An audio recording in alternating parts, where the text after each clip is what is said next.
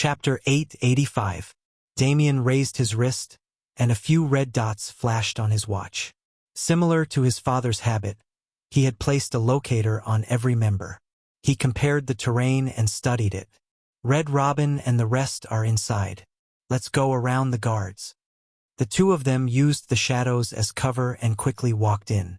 There were not many guards patrolling along the way.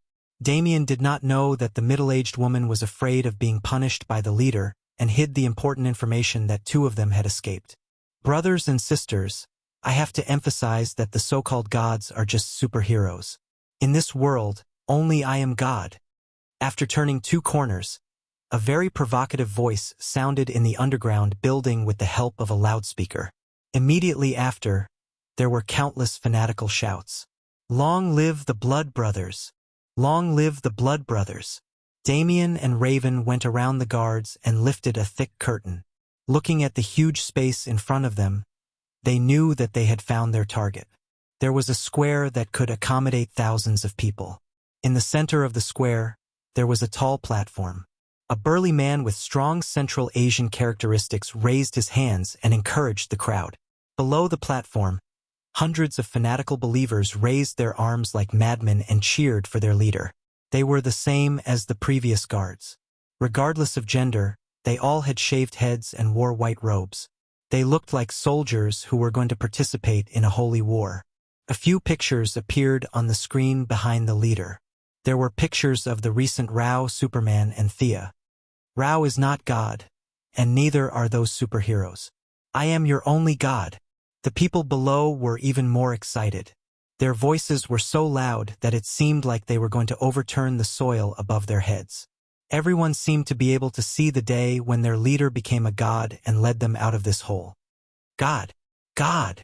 Damien and Raven frowned as they listened to the fanatical shouts. Although they weren't afraid of killing people, there were quite a lot of people present. The two of them didn't want to turn the first group activity of the young Titans into a massacre. They quickly reached a consensus to save their companions first. Who are you people? Enemies. Unfortunately, they were discovered before they could do anything. They were not afraid at all. Damien unsheathed his long sword.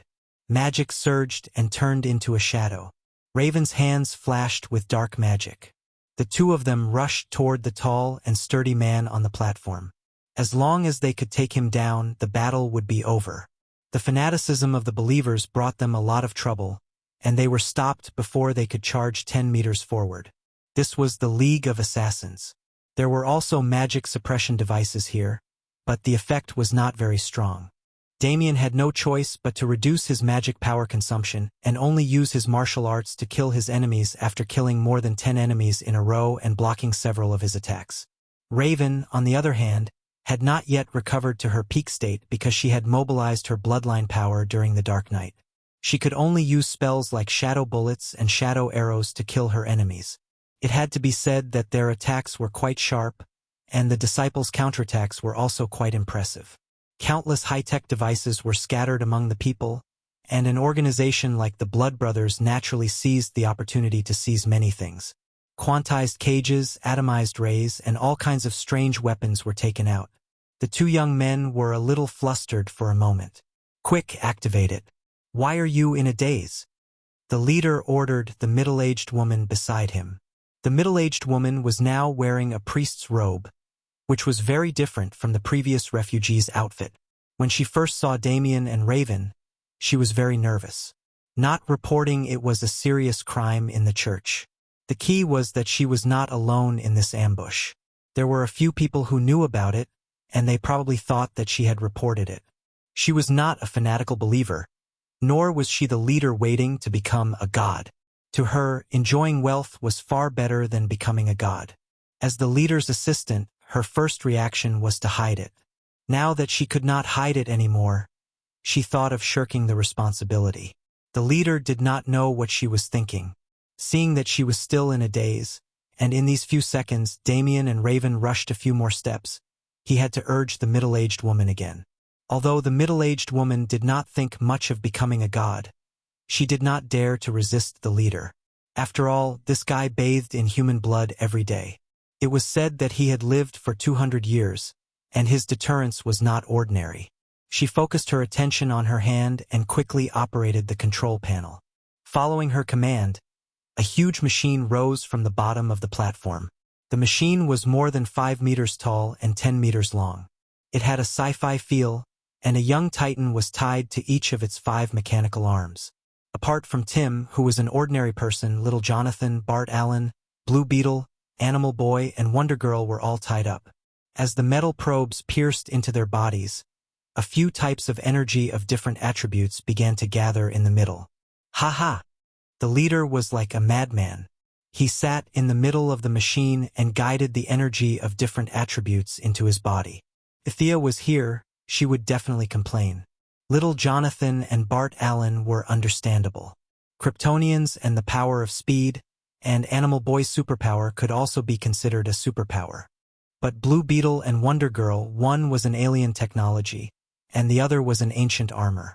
Was it really okay to just grab their eyebrows and noses? The leader of the Blood Brothers would answer her, "Yes, everything is possible." Ah, ha, ugh. The leader of the Blood Brothers roared as if he was constipated. Perhaps he shouted a little too loudly, or perhaps it was too painful to extract energy. But the children slowly woke up. Bastard! Wonder Girl also had a bit of Diana's temper. She gritted her teeth. Blue veins popped out on her forehead, and her arms exerted the strength of 1,000 pounds to break free. On the other side, Little Jonathan was also struggling hard.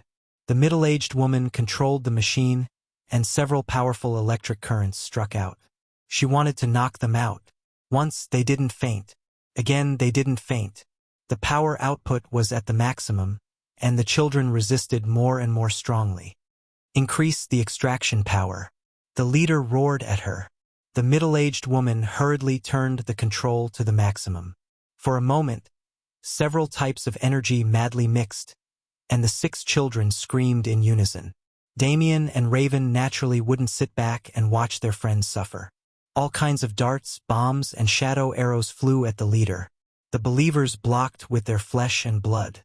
Within a 5-meter radius in front of the leader, a large number of corpses had fallen, and blood flowed on the ground. Damn it! Damn it! Raven wanted to use the power of blood to force a way out, but she was afraid that she would completely lose control and become a pure demon, so she hesitated for a moment. Fortunately, at the critical moment, Tim flew out from the side passage like a big bird and swept over the believers' heads at high speed. Tim was definitely not happy at this moment. These guys dared to ignore him. They tied him up with a rope and threw him aside, then left him alone. The main reason for the difference in treatment was that he didn't have any superpowers. As the leader of the young Titans, even though he was self-proclaimed, he still suffered 1,000 insults. His uncle could endure, but his aunt could not. Once he was free, he would teach his blood brothers a lesson. Chapter 886. Tim's glider was made of a rare metal in the universe. It was light and sharp, and when it flew past Wonder Girl, it cut off the connection to the equipment with 2 light slashes. Without this thing holding it back, Casey's arms broke the metal arm directly. He shook his wrist and took out a long whip. With the power of thunder, he whipped it at Bart Allen, who was at the top of the machine.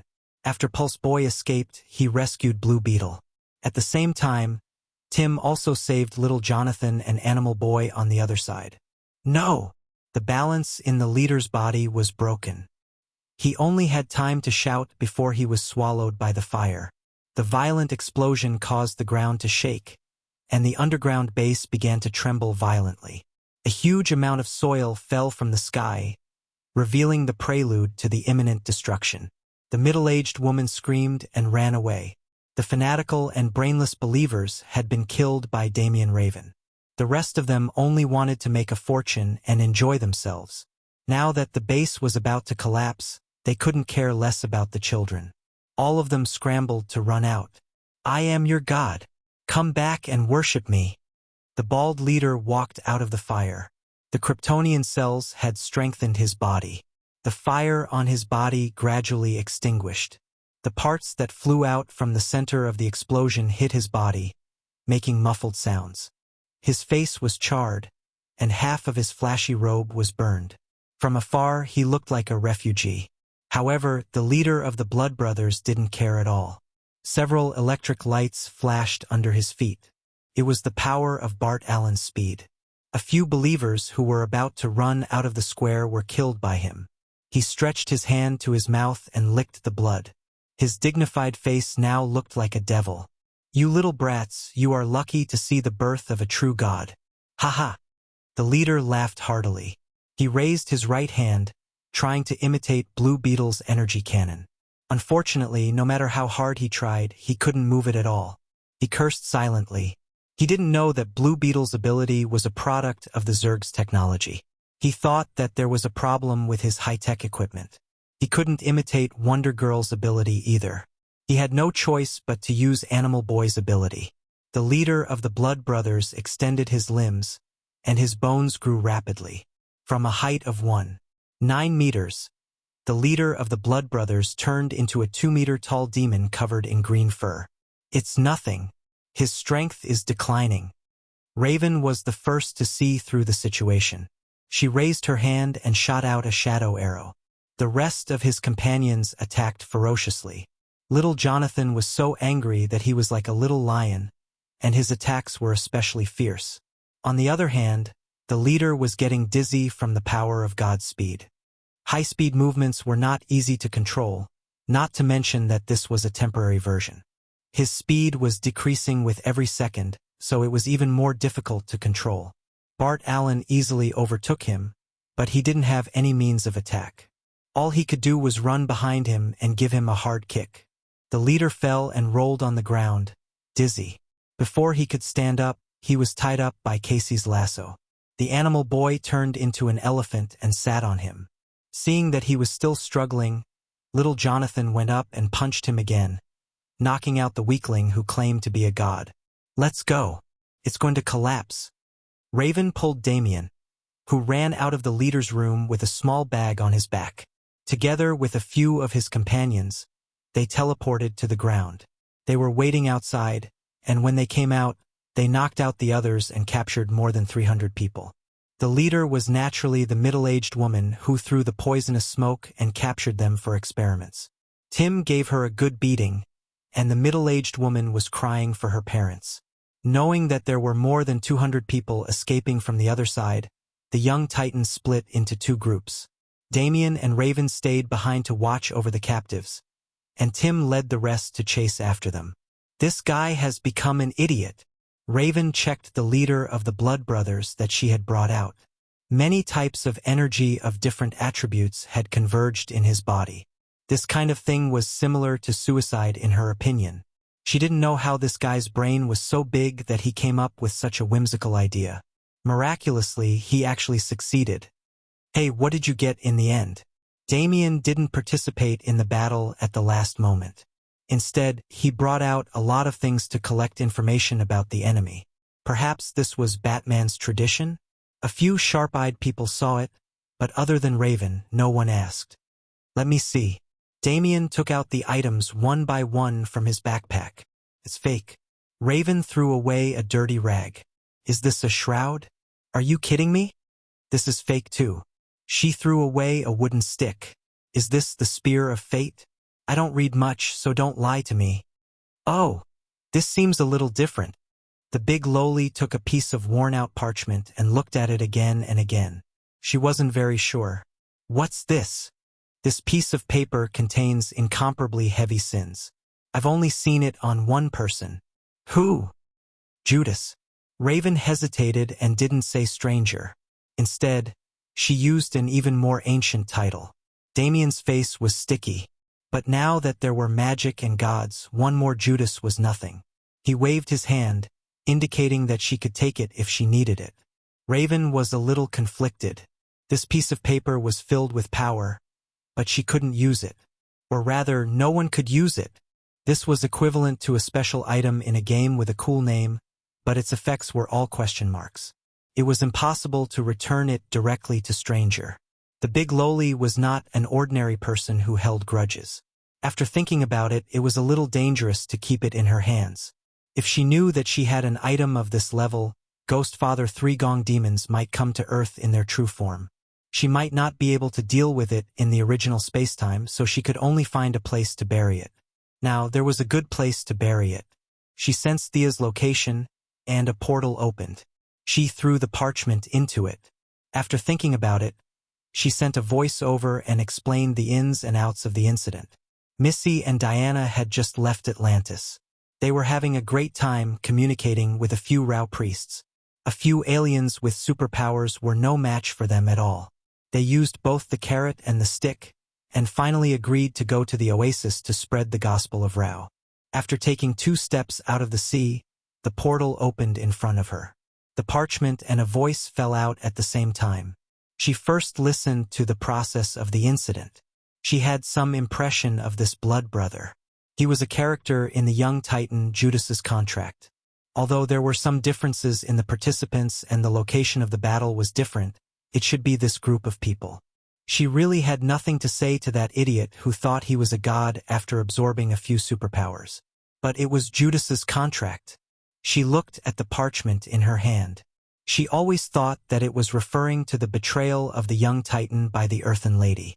Now, both the Earthen Lady and Death Knell were on her side and had nothing to do with the young Titan. She didn't expect that there would be such a thing as a contract in the end. Chapter 887. This thing, like the 30 silver coins, was the evidence of Judas' betrayal of Jesus. The contract was more like a certificate than a contract. The Roman governor had done something interesting. The 30 silver coins he sent to bribe the staff of Judah were from the public funds. In the end, there would be a certificate left for the higher-ups to check, which was the broken piece of paper in Thea's hand. Money was a direct transaction, so this piece of paper was the evidence of the crime. Such a piece of yellow and tattered parchment determined the fate of Jesus on a legal level. It was the record of this crime and witnessed the whole process of the Holy One's life from birth to death. Just like in Journey to the West, the belt and fan of Taishang Laojun were magic weapons. In this world, anything related to God was invaluable. Thea put it in her pocket and prepared to study it carefully. This represented the death of Jesus. Diana also heard Raven's explanation. She knew nothing about Jesus. In her opinion, Jesus was younger than her. It had nothing to do with her whether he betrayed her or not. Let's go back and support them. Thea did not want to explain God. It was too much of a shock to Diana's worldview. She nodded immediately and flew away. When the 2 goddesses returned to the Sahara, the young Titan had already captured all the captives. After a simple handover, they rushed to the next oasis. Sia orders the agents to take these cultists away. The Earth needs labor everywhere in the Dark Night and Raoul, which is an alternative day. These 500 people can't even make a splash if they throw them into the Earth. The problem of human beings was solved. What was left was the problem of land. Relying on the existing environment, it was certainly possible to build a large magic lock. With her ability, she could build it with a little effort, but it was really unnecessary. Not to mention the time and effort, it was troublesome to build but easy to destroy. It was possible that a random bomb would destroy the entire magic structure. Scientific methods were also not suitable. Several deserts were located in the places with the strongest sunlight. Unless the sun was pushed away or the Earth's orbit was changed, the deserts would definitely come back in less than 10 years with the help of heat-resistant plants. In the end, Thea went to Luther. Baldy Luther had developed a solar device with a high conversion rate in prison. It was set up above several large desert areas to artificially block sunlight and reduce the burden on plants and land. At the same time, this part of the energy could be used where it was needed more. The 2 of them quickly negotiated the relevant matters. Luther had always seen himself as the savior of mankind. He was too lazy to save 1 or 2 people, but with so many people, he felt a sense of accomplishment when he saved them. He agreed after a few conditions. Thea also used the Red House Research Laboratory to cultivate several plants with high drought resistance. She called on all the refugees to plant them in the form of a reward for each plant they planted. Damien Dark, Ninja Masters Jr., was also transferred from Nevada to the Sahara. He was not a famous agronomist, and his talent was completely skewed. He would continue to do his job and plant corn. Then I'll go back first. You be careful. Thea seemed to be implying something as she glanced behind her. The global conflict began to escalate rapidly, and all the major countries were under great pressure. Superman was hit by a nuclear bomb in the Bering Strait, and the leaders of various countries were assassinated. She had to go back to protect her mother. Leaving Diana to continue to deal with the various matters here, Thea stepped out and disappeared in the oasis. The surroundings fell into a rare silence. Diana seemed to want to wait for Thea to go further away. After a long time, she said casually behind her, "Come out, we found you long ago." "Is that so? What an amazing achievement. Your lover seems to have walked deeper and farther on the road of darkness than I have." Several layers of ripples appeared in the air, and an extremely beautiful but evil woman walked out. Her face was exquisite, like a work of art. She had light red hair and wore a violet dress. "You're just a pitiful creature with nothing but power. You're not enough to spy on her realm." Diana's words were quite harsh, and she dismissed the other party as useless. She was very confident. For love, she could go against the world. She wanted to sow discord with just a few words. "Dream on." The evil woman snorted unhappily. "Who are you? Judging from your aura, you're also a member of the Greek gods. But I've never seen you before." Diana did not rush to draw her weapon. Instead, she asked calmly and tried to put psychological pressure on the other party. Thea had already indicated that there was someone following them, but Diana was not afraid. She did not have any intention of attacking because the other party had the aura of a Greek god. "I'm Circe, the daughter of Apollo and Persephone." Eft. Diana almost laughed out loud. Apollo and Persephone were of the same generation as her, and they were both the children of Zeus. This was normal. However, Persephone had another identity. She was the wife of Hades, the queen of the underworld. Thinking that Hades was being cheated on, she, who had always disliked Hades, was very happy. She realized that she had been spending too much time with Thea, and she was becoming more and more playful. She quickly stopped smiling. But all of this was a great insult to Circe. "Is it funny? You're just a dummy made out of mud." Feeling that her pride had been violated, Circe forgot her original purpose. She was surrounded by a dark aura, and the sun lost its brilliance for a moment. A large mass of darkness rushed out in all directions. As the daughter of the sun god and the queen of the underworld, the two extreme attributes of light and darkness had achieved a perfect combination. Although she was a generation younger, Circe was born more powerful than many Greek gods and demigods, including Diana. Without the restraint of divinity and the twilight of the gods, Circe studied magic diligently. With the attributes of a demigod and the attainment of a great sorcerer, Diana was no match for her in the original timeline. But now things were different. After seeing Thea's countless dark magic, Circe's skills were only passable in her eyes. A demigod was a joke in front of a new god. She raised her left hand and a barrier separated the two of them. The darkness that seemed to be able to cover the sky instantly disappeared. "Why are you following us?" Diana originally wanted to persuade Circe to give up on dark magic, but she thought that Circe was more advanced than her. She was not qualified to say that. Circe avoided the question and did not answer. She lived in seclusion nearby.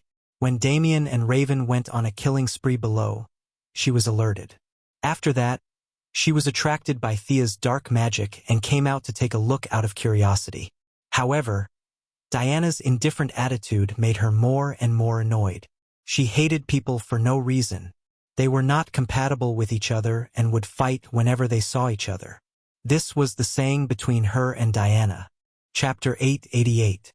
Diana did not know why Circe suddenly hated her. She did not want to start a fight.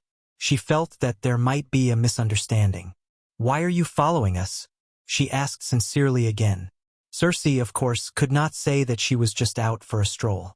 She was attracted by Thea's deep and pure dark aura. That would be too embarrassing. She was, after all, the daughter of the sun god and Pluto queen. Circe thought quickly and said, "I heard that Apollo's divine artifact is on Paradise Island. It should belong to me." There was indeed a divine artifact on Paradise Island, but it had been given to Hera a long time ago. Diana could not change it now. She told Circe what she knew and said that if Circe needed it, she could accompany her to Mount Olympus to get it. Circe was just looking for an excuse. She did not intend to ask for any divine artifacts. Apollo's attributes did not conflict with hers, but it was not suitable for her either. Other than using it to shine and save electricity, it had no other use. However, Diana's refusal gave her an excuse. Don't try to trick me. Several streaks of black mist began to take shape. Circe waved her fingers, and a black flame dragon walked out of the mist. It looked very lifelike. The dragon spread its wings, sucked in its stomach, and breathed in. A large mouthful of flames was spat at Diana. If it was in the original time, the Valkyrie could only dodge or block it with her shield. But it was different now. She could see that the magic flames were fake. It was originally a dragon made of magic. How could she make the dragon spit fire?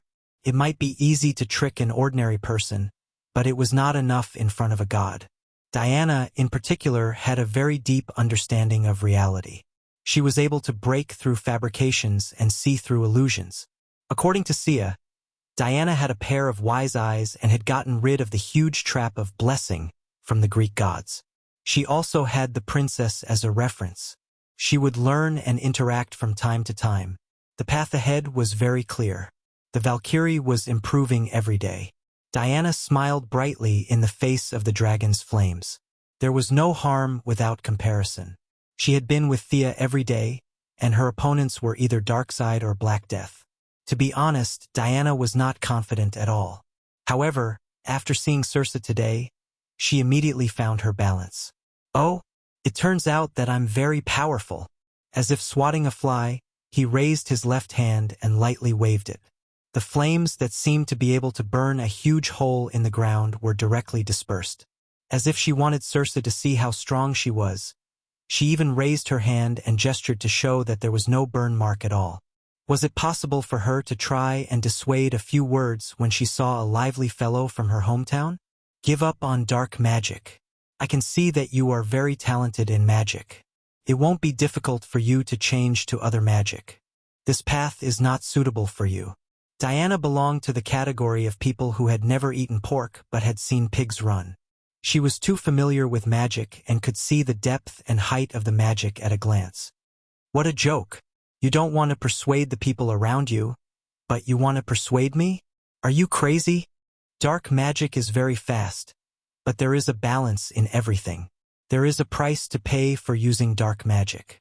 You will forever sink into the underworld, unable to reincarnate and free yourself. Isn't that a price worth paying? Ha! Circe was so angry that she laughed and pointed at Diana. Did you dissuade your companions? What did she say? The two little fellows in the underworld seemed to be of the same lineage as her. Did you also lecture them like that? Diana opened her mouth, but in the end, she didn't say anything. Thea was going to be the master of the underworld. In the future, no one would care about her. She would be the one to care about others. They were both dark magic. Thea was the master, so she could use it as she pleased. Circe was a thief, so she would be a slave after she died. As for Damien and Raven, they were on the same side, so she would treat them differently. Diana looked at her with some sympathy, which angered her even more. Circe thought that she didn't know what to say. It was fine if she didn't know what to say, but she even looked as if she cared about a mentally handicapped person. What was the meaning of this? How dare you look down on me? Let me show you the blessing of Goddess Hecate. Circe canceled the giant dragon, and the characteristics of her magic quickly changed. An awe-inspiring and irresistible power rushed out like a wave. There were countless vengeful spirits, including ancient Greek warriors and modern ordinary people. They wailed and screamed, wanting to kill all the living. Ouch! Diana didn't know whether to laugh or cry. Of course she knew about Hecate, the goddess of magic in Greek mythology, the irresistible god of death. There was no doubt that her power was very strong. But Diana was more familiar with souls and death. She wanted to ask Circe, "Do you dare to use some skills that I'm not familiar with?" The new god was half a level higher than the old god, just like the father was higher than Zeus. Thea, who was half a step away from the goddess of death, was also higher than Hecate. Considering that Hecate was already dead, and Thea was still alive and kicking, there was an insurmountable gap between their strength. Circe's soul attack was like a child's trick to her. Being able to destroy the death energy of a city was nothing to her after seeing the Black Death Emperor in Thea. Diana was a little bored. This opponent couldn't use her full power. She unsheathed her sword, and the mixed magic was cut in half. Waves, roars, everything turned into nothingness under the light of the sword. What other tricks do you have? Diana's eyes were filled with doubts, and the tip of her sword was pointed at Circe. Circe gritted her teeth and cursed. She finally realized that there was a big gap between her and Diana. She kept thinking, looked around, and flew not far away. At first, Diana thought that Circe was retreating, so she didn't take it to heart. There was no enmity between them, so she didn't think much about it. But seeing the direction Circe was running, Diana was furious. Circe was flying towards a group of refugees. "Come back here." She was much faster than Circe. She threw out the lasso of truth, and the golden lasso drew an arc in the air, flashing with dazzling light. It wrapped around Circe's left leg and pulled her back. Circe was also a ruthless person. She opened the 5 fingers of her right hand and threw a colorful magic at the crowd. The men among the refugees were stunned. In the next 3 seconds, the magic began to work. Some turned into rhinoceroses and rushed towards Diana. Some turned into antelopes, and some even turned into eagles. The refugee camp was in an uproar. Countless women screamed at the same time. The transformed men were even more panicked. They began to run in all directions. "Calm down. I'll help you," Diana shouted. Unfortunately, the ordinary people below were already scared out of their wits. The beasts trampled on the women, and some of the women had already picked up their guns and were ready to fight back. Damn transfiguration! Diana hurriedly focused on saving people. The warrior god was not suitable for this kind of thing. Fortunately, the Ring of Light gave her some good ideas. Mobilizing her courage, hundreds of female Amazon warriors walked out of the air. They were riding horses, carrying spears and shields. They all took action to control the people in the camp. Chapter 889. By the time Diana managed to calm the chaos in the camp, she realized that the culprit, Circe, had disappeared. The Valkyrie was furious. Circe had taken advantage of her kindness. She bound every refugee with the lasso of truth, and they all returned to their original state. However, Diana did not see any gratitude in their eyes, only fear and resentment. Diana shook her head gently. It was indeed her negligence that allowed Circe's magic to fall on them, causing them to suffer an unexpected disaster. Diana could understand that. However, the alienation between the people and the gods, or rather, between ordinary people and superheroes, still made her uncomfortable. Why do you have the ability and we don't? Why do we have to suffer because of your battle? Looking at the resentment hidden in the refugees' fawning, Diana did not know what to say.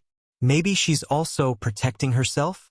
Thinking of how her lover usually laughed and scolded her and stepped forward at critical moments, Diana had mixed feelings. Under the confused gazes of the refugees, she rose into the air and flew into the distance. If Thea knew what her wife was saying about her at this moment, she would definitely look up at the sky and sigh. "I don't have a ghost protecting me. Some people can't be treated as humans. For example, these people in front of her. Don't play dumb. I know you can understand English." In order to take care of the emotions of the ordinary people around her, she wore a fur coat and tried to negotiate with the 2 old Russian guards at the gate. She spoke English, they spoke Russian. She spoke Russian, they spoke English. In short, they refused to let her in. There was someone else behind the scenes, and Thea did not want to make things difficult for the 2 soldiers. She had been dawdling at the gate for 10 minutes. She was urgently summoned here less than half an hour after she parted with Diana. The situation in Russia had changed so quickly that even the government was caught off guard. Superman had been captured. He had been hit by a nuclear bomb in the Bering Strait. When the Martian hunters went to look for him, they found that they could not find him. In the end, the world's best detective, Batman, had to personally search for him and find this secret laboratory on the Kamchatka Peninsula. It was not a good idea for superheroes to save people in countries that were hostile to them. If things went awry, World War III would not be a joke. When that time came, Darkseid and the Black Death Emperor would have nothing to do with them anymore. Fortunately, the young mistress still had the status of the first daughter, and her strength was unrivaled in the universe, so she could only ask for the first daughter. When Louise heard that something had happened to Superman, she was so scared that she almost had a heart attack. She was just the deputy chief editor of a newspaper and was nothing in front of the Russians. When she heard that Thea had come to ask for Superman, she also used the excuse that reporters needed to report truthfully and went along with her. "You're obstructing the freedom of the press," Louise cursed. Thea hurriedly pulled her back. "Your freedom of the press doesn't work here." Louise, who had a strong sense of justice, obviously knew that this was a serious matter. She was also the daughter of the Minister of National Defense, which was also sensitive. Both sides were testing each other's bottom line, so she could only hold on to her identity as a reporter. But when she thought of her husband being attacked by a nuclear bomb, her heart ached uncontrollably. Clark was trying to help others. What did he do wrong? These people were simply inhumane. While they were arguing, they saw four strong men carrying a laser cutter from the warehouse into the main building. When the main building opened, there was the sound of an electric drill. You. The more Louise thought about it, the angrier she got. She pointed at the two guards at the door and muttered with a ferocious expression, as if she wanted to eat them. Thea immediately noticed that something was wrong. Although it was as weak as a spark, a blue light flashed in Louise's eyes. Damn! Psionic power.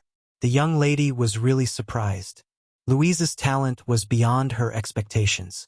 Without external help, she could awaken such an unusual ability on her own. Her talent was extraordinary. "Calm down. Don't make things worse," she whispered in Louise's ear.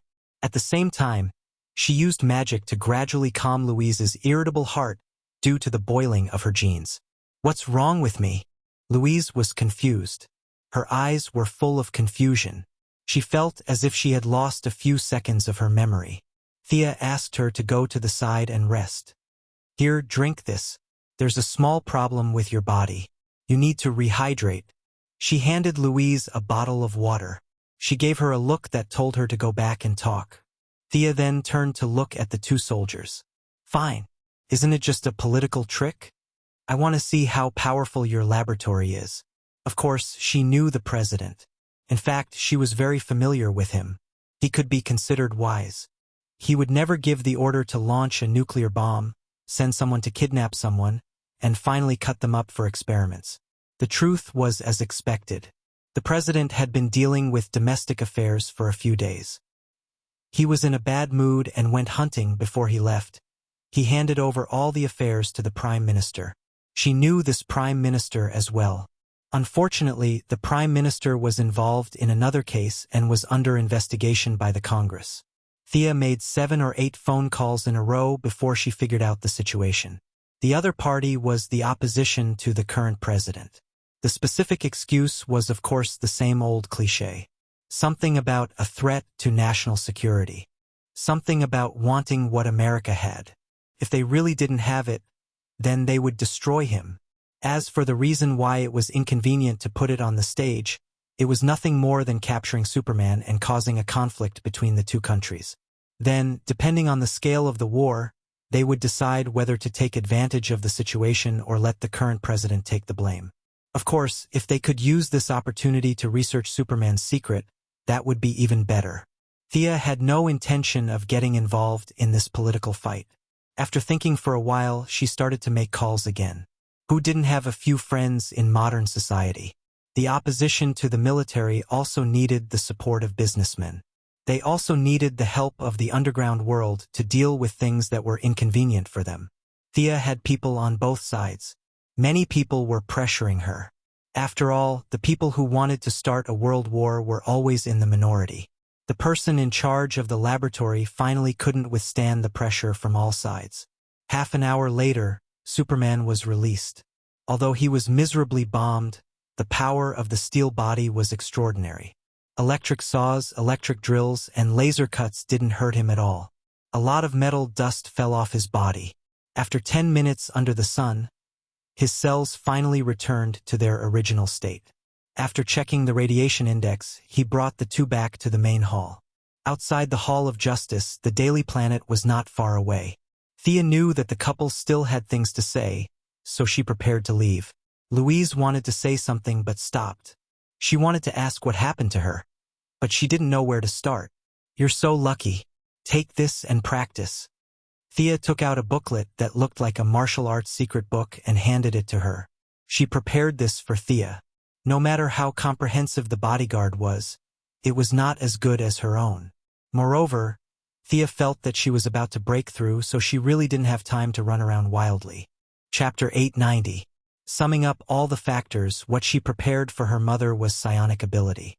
Kerrigan had a wealth of theory and practical experience. The sharp insectoid mastermind was passed down from generation to generation. In order to make each generation stronger than the last, their secret knowledge was very helpful in developing the brains of intelligent life forms. Thea studied it and modified it to a suitable level for Earthlings. After explaining its use, she activated psionic ability for her mother. Mirror image, projection, and displacement. It didn't require much damage. As long as it could save her in the face of danger, that was enough. She had specially written a document for this purpose. She didn't have such a relationship with Louise, so she naturally gave her a copy. Before she left, she couldn't hold back her curiosity. "Forgive me for being blunt, but this ability is very difficult to activate even with talent. Logically speaking, you shouldn't." Superman's attention also shifted to his wife. At first, he didn't understand what was going on, but after Thea explained it in detail, he realized that his wife loved him to this extent. There were such cases in the records of Krypton where someone awakened psionic ability under extreme emotional agitation, but it was as rare as a panda. "Louise." Superman looked emotional. Thea hurriedly interrupted Superman, who was about to show off his affection. "Can you wait until I leave? Does an accident count? There was an interview where I witnessed an intense gunfight. There was also a landslide, and I was the only one who survived." Louise began to blabber on about her past. The more Thea listened, the more speechless she became. She had experienced all kinds of car accidents, bank robberies, cafe explosions, hostage-taking by fugitives. It was hard to say which one was the most stimulating and activated the psionic ability gene. The most amazing thing was that this big sister was also struck by lightning. When she was in 3rd grade, a bolt of lightning struck her. According to her mother, Louise lit up like a candle. Thea strongly suspected that it was this experience that gave her the psionic ability she had today. "It's not easy for you to live this long." The next time Barry said something about lightning choosing him, Thea could use Louise as an example. "Look, there's another one here who was struck by lightning." On the way home, she couldn't help but wonder if Louise's life as a main character was really that strong. He had just finished writing the teaching materials, and she had activated her spiritual ability right in front of him. What a coincidence! Superman and his wife returned to their apartment in Metropolis together. Superman was very tired.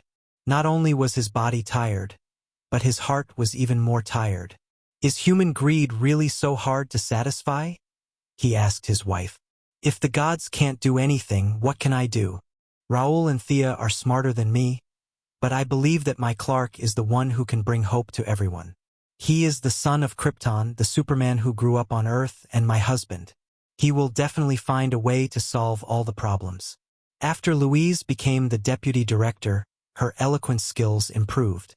She filled Superman with a big bowl of chicken soup and made him dizzy. He almost forgot his own name. Louise thought that everything would get better. Brother Superman slept at home for the night and was refreshed to do good deeds. But another problem came knocking on his door. Several helicopters stopped him in the air and wanted to take him to assist in the investigation. When he received the news, Thea was chatting with a few bankers. Batman called her out in a hurry. He came to the White House today using Bruce Wayne's alias. He was elegant and looked like a beast in human clothing. "Looking for me at the White House? What's the matter?" Superman has been taken away again. Batman looked like his master had been taken away again, and he had to go and rescue him. Thea was dumbfounded. Are you kidding me? I just fished him out yesterday. Who is so disrespectful to the goddess of death? Aren't you afraid of digging coal after you die? Batman handed her an address. European Territorial Dispute and Reform Affairs Committee? Thea looked at it and took out the computer beside her to check. Such a temporary organization also wants to capture Superman? Their excuse is to summon Superman to explain the problem with the Fortress of Solitude. Thea rubbed her forehead. These people on Earth bullied the weak and feared the strong to the extreme. If they had the ability, go and capture Luthor or the Joker. Go to Arkham and ask them why they didn't abide by the United Nations Convention. They wanted to capture an honest man like Superman and bully him to death. It was true that as long as one was alive, the battle wouldn't stop. After so many torments, Superman still didn't change his mind. The stubbornness of the Kryptonians was evident. Who is behind this? Thea felt that Batman must have investigated. The Chess Association. A name that was neither familiar nor unfamiliar came out of his mouth. See aside. The Chess Club, a superintelligence agency composed of agents from various countries, had already grown to a certain scale. They shared information with each other and relied on each other's connections. A large number of trained government agents had gathered together. They were not willing to be chess pieces, but they also wanted to be chess players. They only cared about the results and not the process. This was the operating principle of the agents. Relatively speaking, black-skinned Avatar was considered to have a higher moral standard among this group of people. As for the remaining group of people, each had a lower bottom line. The traitor Maxwell Lauder was one of the best among them. Someone saw him being resurrected by the White Lantern, but the Alliance never received any concrete evidence. Thea didn't shirk her responsibility anymore. Not long after a war of words, she rescued Superman again. Superman's face was livid. He had never been so angry even when facing Zod. Thea was afraid that he would tear down the White House. She asked for Batman's opinion and the three of them went to the Batcave to discuss in detail. This is too much. This is too much. Superman strolled around the house like a donkey. Bruce looked at him expressionlessly. Thea took 2 pieces of cake from the old butler. I said the Fortress of Solitude is my home. What did they say? They said that they suspected there were weapons of mass destruction inside and wanted to send an international observation team to check it out. Anything that could threaten them would be handed over to them for safekeeping and transfer. What a joke. Who gave them the right? Superman was like an injured lion, roaring loudly. The chess club had crossed his bottom line. The Fortress of Solitude wasn't a weapon. It was just a home where he missed his parents. Now these people wanted to get their hands on it. Even Thea was angry when she heard this. She even felt that these people wanted to provoke Superman and cause chaos so that they could seize power. Clark, calm down. Don't be controlled by anger. Batman tried to persuade him. I'm very calm. I want to go back and protect my home. If they dare to come. With that, he walked out of the Batcave and flew towards the North Pole. The 2 of them were silent for a while. Bruce let Superman rest for a while. I'll take this opportunity to rest for a few days too. Don't call me for any recent activities. With that, she also left the Batcave. Earth was important, but her own strength was the most important. She had been stuck at this level for a while. It was time to make some breakthroughs. Chapter 891. Thea now had a big family and business. It was not easy for her to go on a trip like this.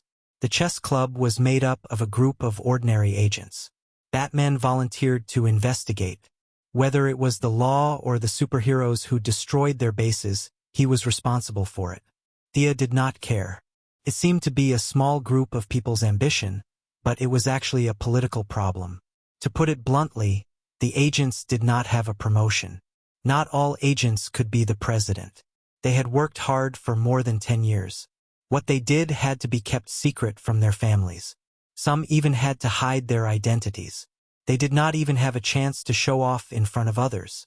Marvel's shield had the same problem, but it was more prominent. Was the idea of Hydra really attractive? What a joke! An organization that had been passed down for thousands of years had long gone astray. The name of this organization could be Hydra, Three-Headed Snake, or Five-Headed Snake. The reason why they rebelled together was that there was no promotion. The agents were looking for a way to change. They studied hard, trained hard, and finally stood out in the selection. They could either become the king of agents with scars all over their bodies, or return to ordinary people with missing arms and legs. After paying such a high price, the people in power still treated them as pawns. They gave them the name chess club to disgust them. No one would do that. Ordinary people could only endure injustice. The agents were different. They had guns and were very capable. Naturally, they wanted to do something big. Thea mentioned this to her mother, but there were not many ways. Moira was already the most powerful president in recent years. It was not convenient for her to repeatedly intervene in the intelligence system. Whether it was the FBI or the Heaven's Eye Society, they were supervised and proved that they were part of the country's operation system. However, the White House's authority was limited to this. To further pressure and investigate the organization's internal affairs, they would need to cooperate with several parties, such as the Congress and the military. After the discussion, they could only let Batman cause trouble in the beginning. After that, they would forcibly disband the chess club and arrest a few of the leaders. The rest of the small fries would be scattered and reorganized. Some of them would be transferred to civilian positions. In the future, they would provide more transfer opportunities for the recruited agents and improve their welfare. Whether it was the research lab or the military, they would have more choices. Political matters were very troublesome. They could only leave it to their mother. They left the White House and returned to Star City. Oliver began to recruit thugs again and was going to ask Thea for some advice. Looking at the guy on the screen who was holding two guns, wearing a football team uniform and a hockey mask, she curled her lips. Wild dog. I don't think highly of this guy. He has the head of a snake and the eyes of a rat. What's the point of keeping him? In her opinion, this kind of person was neither firm nor determined, nor capable. She did not know what was wrong with him. He came out to do justice, but in the end, he would either be shot to death in an alley or betray his boss and walk another path. In short, he was not a good person. Seeing that Thea had such a low opinion of Wild Dog, Oliver, who had a sister complex, immediately changed his mind. Originally, he had planned to investigate this matter, but now he had no intention of doing so. The brother and sister talked for a while, and Oliver talked about his illegitimate son. William doesn't look like me. Seeing Thea's strange look, he hurriedly explained, I'm not talking about his looks. I'm talking about his personality. Indeed, that child is a little cowardly, but to be fair, he is a smart child. Oliver smiled. Yes, I've always been bad at studying. I hope he can become a scientist in the future. Although he said it casually, Thea could still hear that he was a little unhappy. His son could not inherit his legacy, and their personalities were also very different.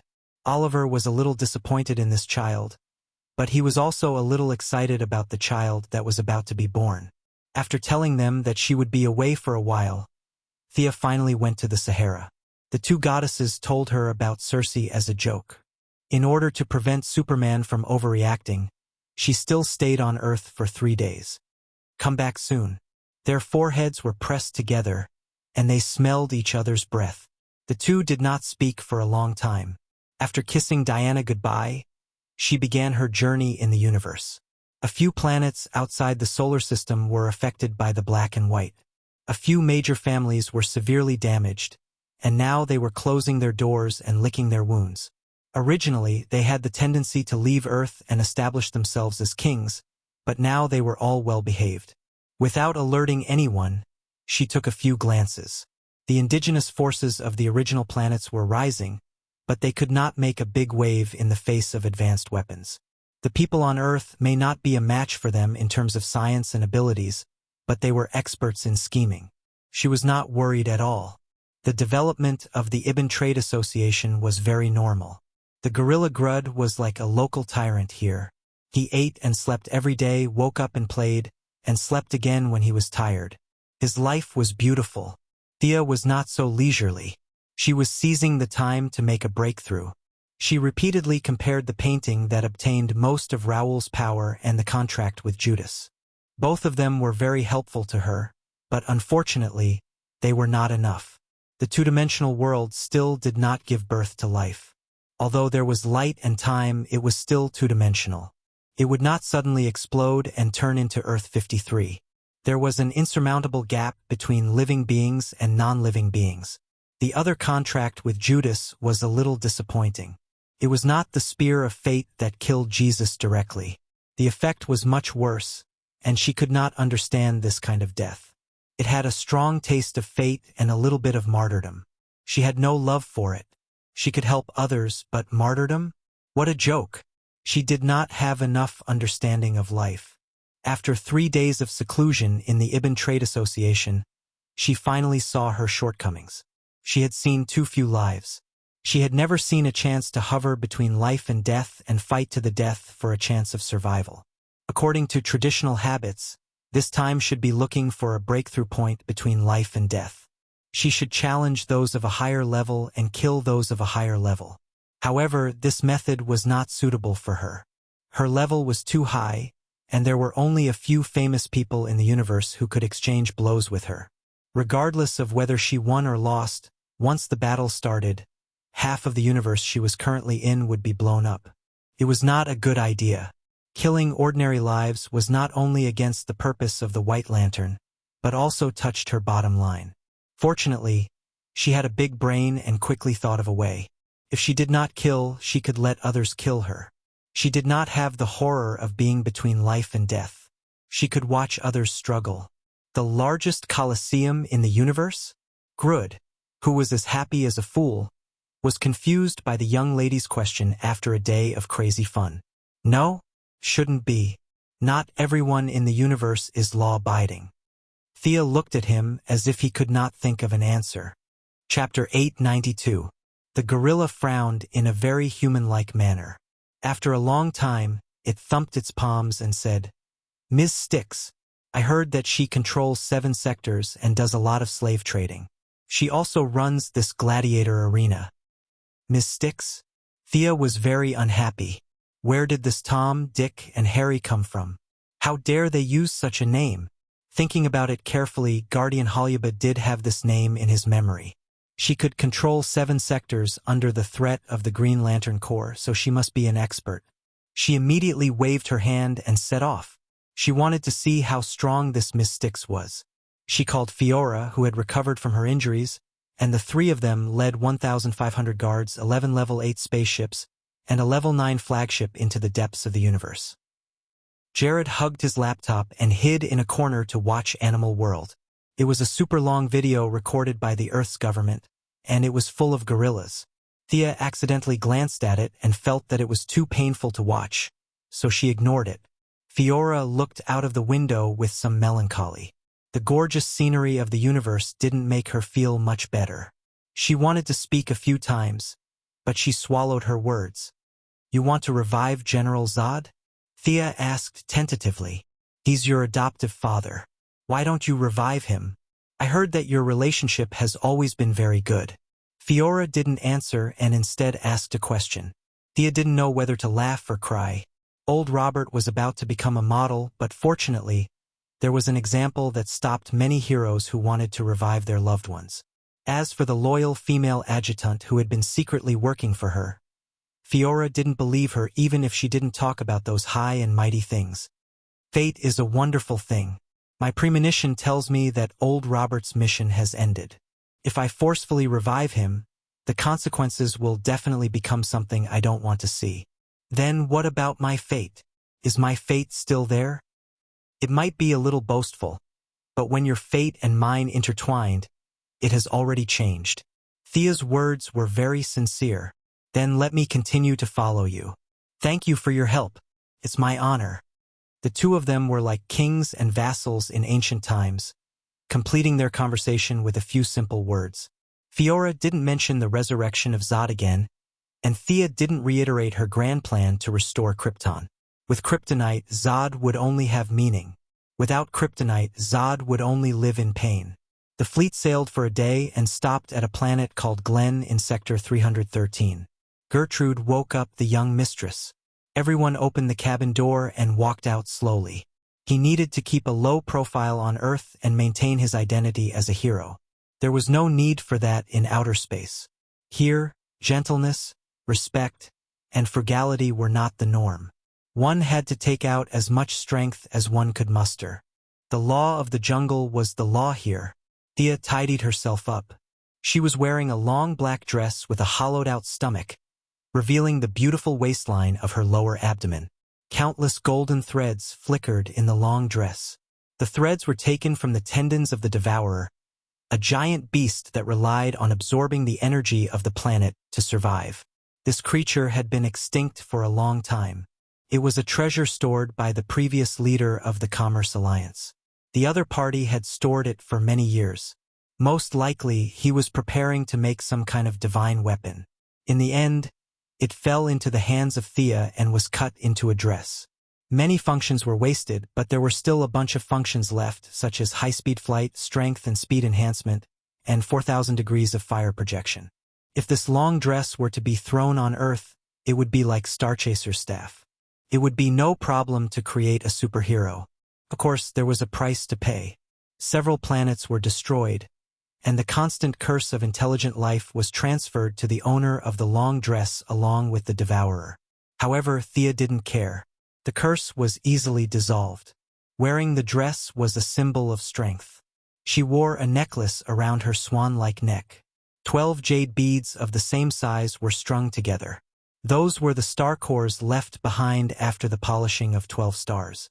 She also had a long cloak, which was a specialty of hell. It was woven with the feathers of fallen angels.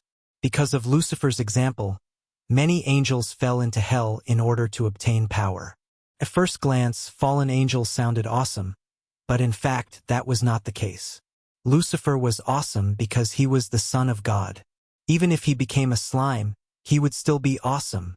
It had nothing to do with fallen angels. Ordinary angels fell in all kinds of ways. Lucifer was a god in the world he created all day long. His poor relatives who came from heaven to seek refuge were all miserable. Fortunately, the demons gave face to the boss of hell and didn't kill them all.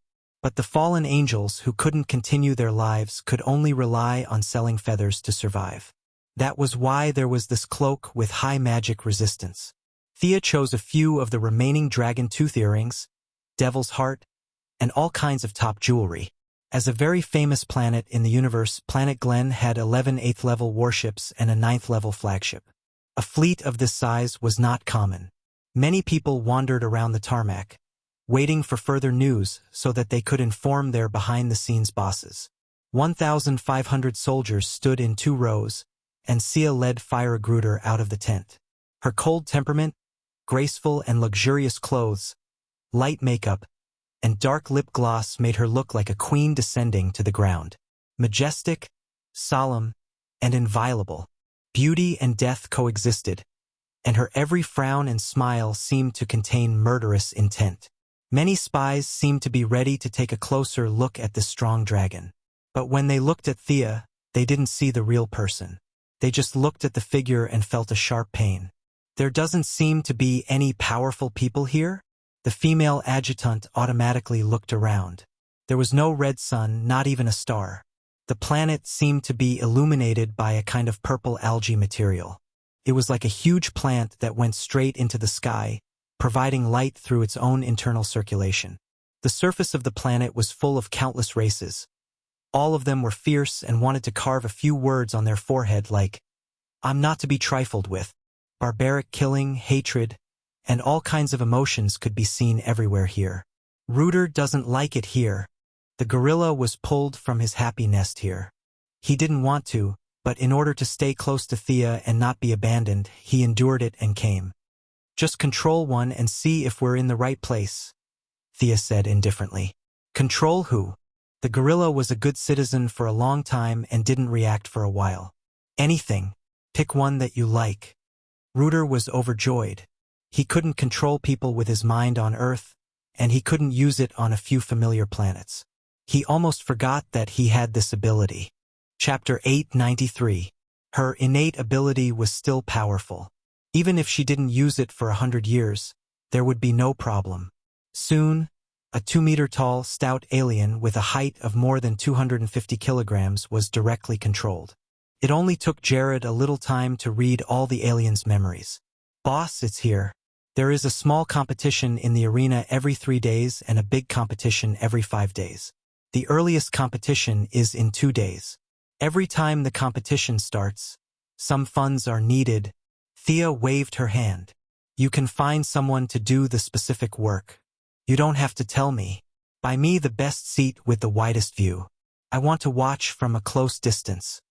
Jared was still very reliable. Money and mind control. Knowing that Thea was going to stay here for a few more days, the group bought a large building and roped in a bunch of small forces to act as spies. In order to prevent them from joining hands to cheat him, a bunch of small forces were mixed. Some of them were controlled, some were bought. No one knew the situation of each other, so there was no way to connect them. The stands of the arena were also bought. It was the exclusive stand of an interstellar slave master. The slave master had an anti-mind control device and was not afraid of Jared. He was even prepared to fight back. However, after Fiora dismantled his battleship with her bare hands, he obediently gave up the stand and ran away. The arena was 800 meters in diameter and could accommodate tens of thousands of spectators. There was a barrier set up in the stands, which could be opened or closed if one felt that his ability was better than others. In short, the design was humane. When Thea entered the arena, many of the stands were already full. The noisy environment made her frown slightly. Looking around, Thea was not satisfied with her position because there was a higher and bigger stand above her. Jared hurriedly explained that it was the private land of the planet's owner, Ms. Styx. It was usually not open to the public. Send someone to keep an eye on it. When that guy comes, if I'm still on this planet at that time, inform me. Thea did not know how long she would have to watch it. Maybe she would break through after watching it for a while. Maybe she would have to watch it for 10 days or half a month. How dare an alien sit on her head? When the time comes, she must have a good talk about it. Getting rid of the distracting thoughts, she began to focus on the fight at hand. The host of the gladiator arena was a faceless fellow. That's right, he did not have any facial features such as eyes, ears, mouth, or nose. His entire face was just skin, and there was a crack from his chin to his throat. That was where the voice came from. This host didn't even need to put on makeup in a horror movie world. If she was thrown into an amusement park, she could scare a few children and old men to death. The faceless host began to blabber on and on about the opening remarks to liven up the atmosphere. Thea was too lazy to listen to his nonsense. She closed her eyes and waited for the competition to begin. From time to time, fireworks would be shot out from the arena. The audience had already started to cheer for their respective targets. Of course, they were not cheering for nothing. The daily expenses of such a huge arena were terrifying. The money they earned from selling tickets was not enough at all. Betting on the outcome of the battle was the main source of income. Advanced weapons, slaves, minerals, and planets could all be traded in this gamble. Lacerator. Bones. Bones. The emotions of the audience reached a peak. The host introduced the results of both sides and then waved his hand to signal the start of the match. The 2 gates at the bottom of the gladiator arena slowly rose. A burly man with 3 eyes and brown skin walked out from one side. Looking at the long tusks at the side of his mouth, Thea felt that this guy was a bit like an orc in the game. The guy who looked like an orc held 2 machetes in his hands and roared at the crowd around him. The audience could not understand what he was shouting. It was probably not something good. However, seeing that he was making money for them, a bunch of people still gave him their blessings. On the other hand, the guy who came out from the other side was a little more skillful. 3 robots dragged a chain and pulled out a green plant. The plant looked like a cabbage that had been magnified 100 times. Could only move with a few roots. Even if it was pulled by the robots, its speed was still very slow. It had a messy sunflower head with 3 circles of fine teeth inside. Some mucus leaked from its big mouth from time to time, corroding the ground with a sizzling sound. That big guy is the lacerator. This plant is called bones. It means that it only eats meat and not bones. A small leader reported to Jared, who then reported to Her Majesty the Queen. Just take a look. Her interest was not great. This level of strength was indeed powerful to deal with Vigilante, but in her opinion, there was no highlight. Only the orc's desperate fight might be worth watching. Ordinary people may not be able to see it, but in her eyes, the orc was bound to lose. He was already scarred. In the face of a strong enemy who was enough to crush him, he had no chance of winning at all. Did you arrange it? She asked as if nothing had happened. Jared scratched his big head and admitted it. Although Thea had just arrived, the organizers of the gladiator arena were not good people. It was the rule here to regularly deal with a batch of defective products. Now, this account was an extra sum of black money into their personal pockets. They really had no reason to stop it. Jared wanted his boss to realize it earlier and go home earlier. The person in charge of the gladiator arena had extra income, so the two sides hit it off. Thea was not a saint. This orc, who was tens of thousands of light years away, was killed by her own men. She didn't care. She just wanted to see if the orc could give her some inspiration on the edge of life and death. The orc had been through hundreds of battles. Of course, he could see the strength of his opponent, but he had no way out. He could only fight hard. The two swords slashed wildly and the juice of the giant man-eating plant splashed. But that was it. This thing's self-healing ability was amazing. After a cut, it grew back by itself in 2 seconds. There was no flame weapon to suppress its high-speed growth. It was simply a joke. The orc's courage and belief were exerted to the extreme, but he still couldn't save the game. In a desperate blow, except for cutting off a root of the giant plant, he had no other achievements. The price he paid was that half of his body was bitten off and he died on the spot. The strength gap is too great. Next time, arrange a little less but not so much. After telling Jared, Thea turned back to rest. In the next month, she watched a total of 9 small matches and 5 big matches. The so-called small matches were one-on-one fights, while the big matches were group fights. Regardless of the size, there could only be one survivor. The person in charge of the gladiator arena, the faceless host, the captain of the guards, and several managers were making a lot of money. With such a high death rate, the audience's mood was also very high. The public accounts of the gladiator arena were also making a lot of money. They could exceed the performance of every match. The few people in charge were very happy. They could complete the orders of their superiors and make money at the same time. Why not? Unfortunately, the good times didn't last long. The harmonious and stable gladiator arena finally attracted the attention of the boss. The warriors on their side were depleted too quickly. The leader, who called herself Miss Styx, had already informed her subordinates that she would come for an inspection. Chapter 894. Compared to the slave-like ruling structure under Ms. Styx, the faceless host preferred the atmosphere of the Commerce Alliance. In his view, Jared was like a god who could do anything. He could read minds and control thoughts as he wished. He could create an army with just a thought. Jared, who was already so strong that he had no friends, still had his boss. Although the faceless host did not have eyes, his racial talent gave him another kind of vision. In his view, the energy contained in Thea's body exceeded his definition of the concept of energy. In summary, he could only describe her as very powerful. He was preparing to join the Commerce Alliance, but he was limited by his own abilities. He could not determine who was stronger between this person and Miss Styx, but he knew that they were both stronger than him. After receiving the news that Miss Styx was about to arrive, he hurriedly informed Jared. Miss Styx was in seclusion, sleeping. Jared found the female adjutant. The female adjutant asked for the direction and looked outside the planet. It was also a Level 9 civilization battleship. Although the facilities were completely different, the functions were similar. The female adjutant quickly determined that this was the flagship. If Miss Styx did not like to play tricks, then she must be inside. An extraordinary-looking alien automatically entered his field of vision. He was only about 1.7 meters tall, had indigo skin, a large face, and a pair of eyes without any white. They were as black as the night sky, with a faint yellow light in them. There was also a pair of eyes at the position of her eyebrows. They were also black with little yellow light, but they were several times smaller than the main eyes. They seemed to be open but not open. The woman was wearing a purple robe with gold embroidery. When she felt Fiora's gaze, she tilted her head and glanced over.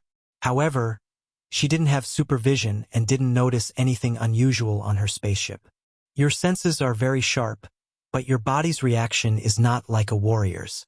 I will go and learn from this strong person who can control 7 sectors under the suppression of the Green Lantern Corps. Jared only responded with an "oh." Fiora rose into the air and flew toward the enemy's flagship. The female adjutant did not go against the battleship. Earth's nuclear bomb could knock out Superman, but that was only a level 3 civilization, not a level 4 one. She was not Thea and could not take the main cannon of a level 9 civilization battleship head-on. Staying high in the sky, Lady Styx waited for Lady Styx to walk out of the battleship. Only then did she break through the air and rush in front of her. In Fiora's eyes, Miss Styx's movements were slightly slow, but in the eyes of ordinary people, she was also considered to be the kind of person who was very fast. She quickly set up a purple barrier on the surface of her body. She glanced at her surroundings and her subordinates. There were no ambushes or betrayals. Her originally nervous heartstrings relaxed by half. He focused on the newcomer. Was it a woman? So fast. Who are you? Miss Styx didn't want to fight in a muddle-headed way. She liked to watch others fight, but she wasn't interested in it. At the same time, Fiora was also evaluating his opponent in several aspects.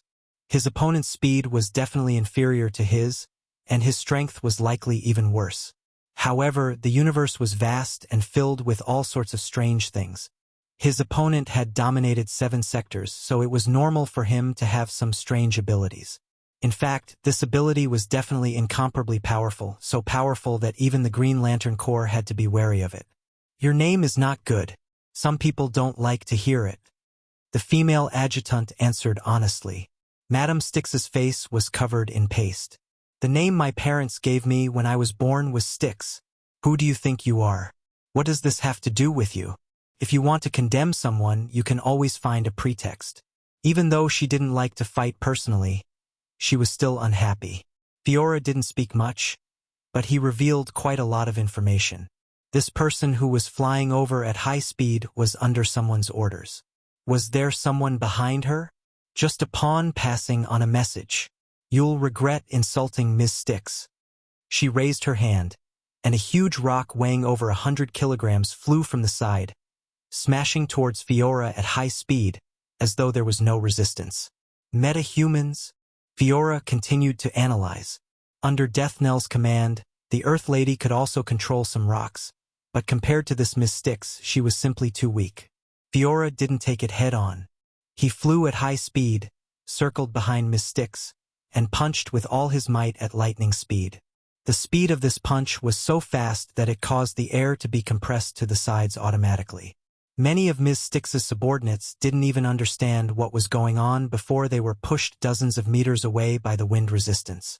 The powerful force hit the purple barrier, and like a bell in a temple, the echo spread into the air, buzzing non-stop. Both of them were shocked. Fiora wasn't Superman, who would casually fight 20 rounds with any enemy. The female adjutant would use her full strength in every battle, but she didn't expect that her full-strength attack wouldn't be able to shatter the opponent's barrier. She was shocked, but Miss Styx was even more shocked. As a mutant among the long-lived species, she had already forgotten how many years it had been since she faced her opponent head-on. Fiora's attack made her recall an emotion she hadn't felt for a long time: fear. Even though she wasn't as familiar as Thea, she had worn the yellow lamp for many years and had fused with the Parallax monster. Fiora had her own understanding of fear, and she immediately realized that the opponent was lacking in battle experience and had the weakness of fear. "Humph, you're still quite sturdy. Look at this." Her eyes were scarlet red, and a heat comparable to the core of the sun was shot out. The heat ray hit Miss Styx's barrier, and under the high temperature, the barrier even had a hint of bending. "Don't look down on me." She seemed to have seen the trace of contempt at the corner of Fiora's mouth. The pride of dominating 7 sectors made Ms. Styx unable to back down. Strength was the cornerstone of her rule, and she had to defeat the enemy, especially when considering that the opponent was only a vanguard. Ms. Styx's eyes glowed with yellow light, and her spiritual power surged.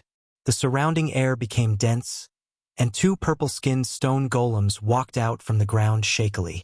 Fiora followed Thea every day. Even though she didn't know how to do it, her knowledge wasn't low. These 2 stone golems looked incomparably stupid, and their appearance was even worse. However, they had their own weak consciousness and didn't need the control of their master, which was very impressive. Could it be that this Ms. Styx could bestow the stone golems a soul? Fiora retracted her heat ray and dodged the boulders flying from the ground. The 2 stone golems could attack autonomously, and with Ms. Styx, the 3 of them were like 3 turrets, and all kinds of boulders whizzed towards her.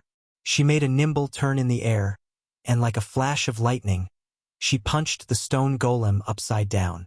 Stone golems, metal golems, and Traiants were never known for their fast reactions. The muddle-headed stone golems had no time to react at all. In the face of Fiora's punch that could break a mountain peak, they could only stupidly take it head-on. Boom! The stone golem was smashed into rubble. Previously, the stone golem was covered with a purple light, which blocked the supervision of the Kryptonians. Now that it had turned into stone, Fiora naturally wanted to take a good look at the mystery behind it. Chapter 895. There were no signs of life, no energy reaction, just like the stones that could be seen everywhere. What kind of ability is this? It's not bad. In the blink of an eye, she had smashed another stone man, but her tone was uncomfortable, as if she was praising a junior. Not to mention that the 2 were fighting. Even if she asked sincerely, Lady Styx wouldn't tell her. Realizing that the 2 stone men couldn't defeat the enemy, Lady Styx finally used her trump card. The pair of extremely small eyes opened at the same time, and in addition to the 2 large eyes, the 4 eyes mixed with her own spiritual power formed a unique purple mist. The purple mist gave people a heavy feeling like a mountain range, and even with supervision, they could only see that something was rapidly forming in the mist.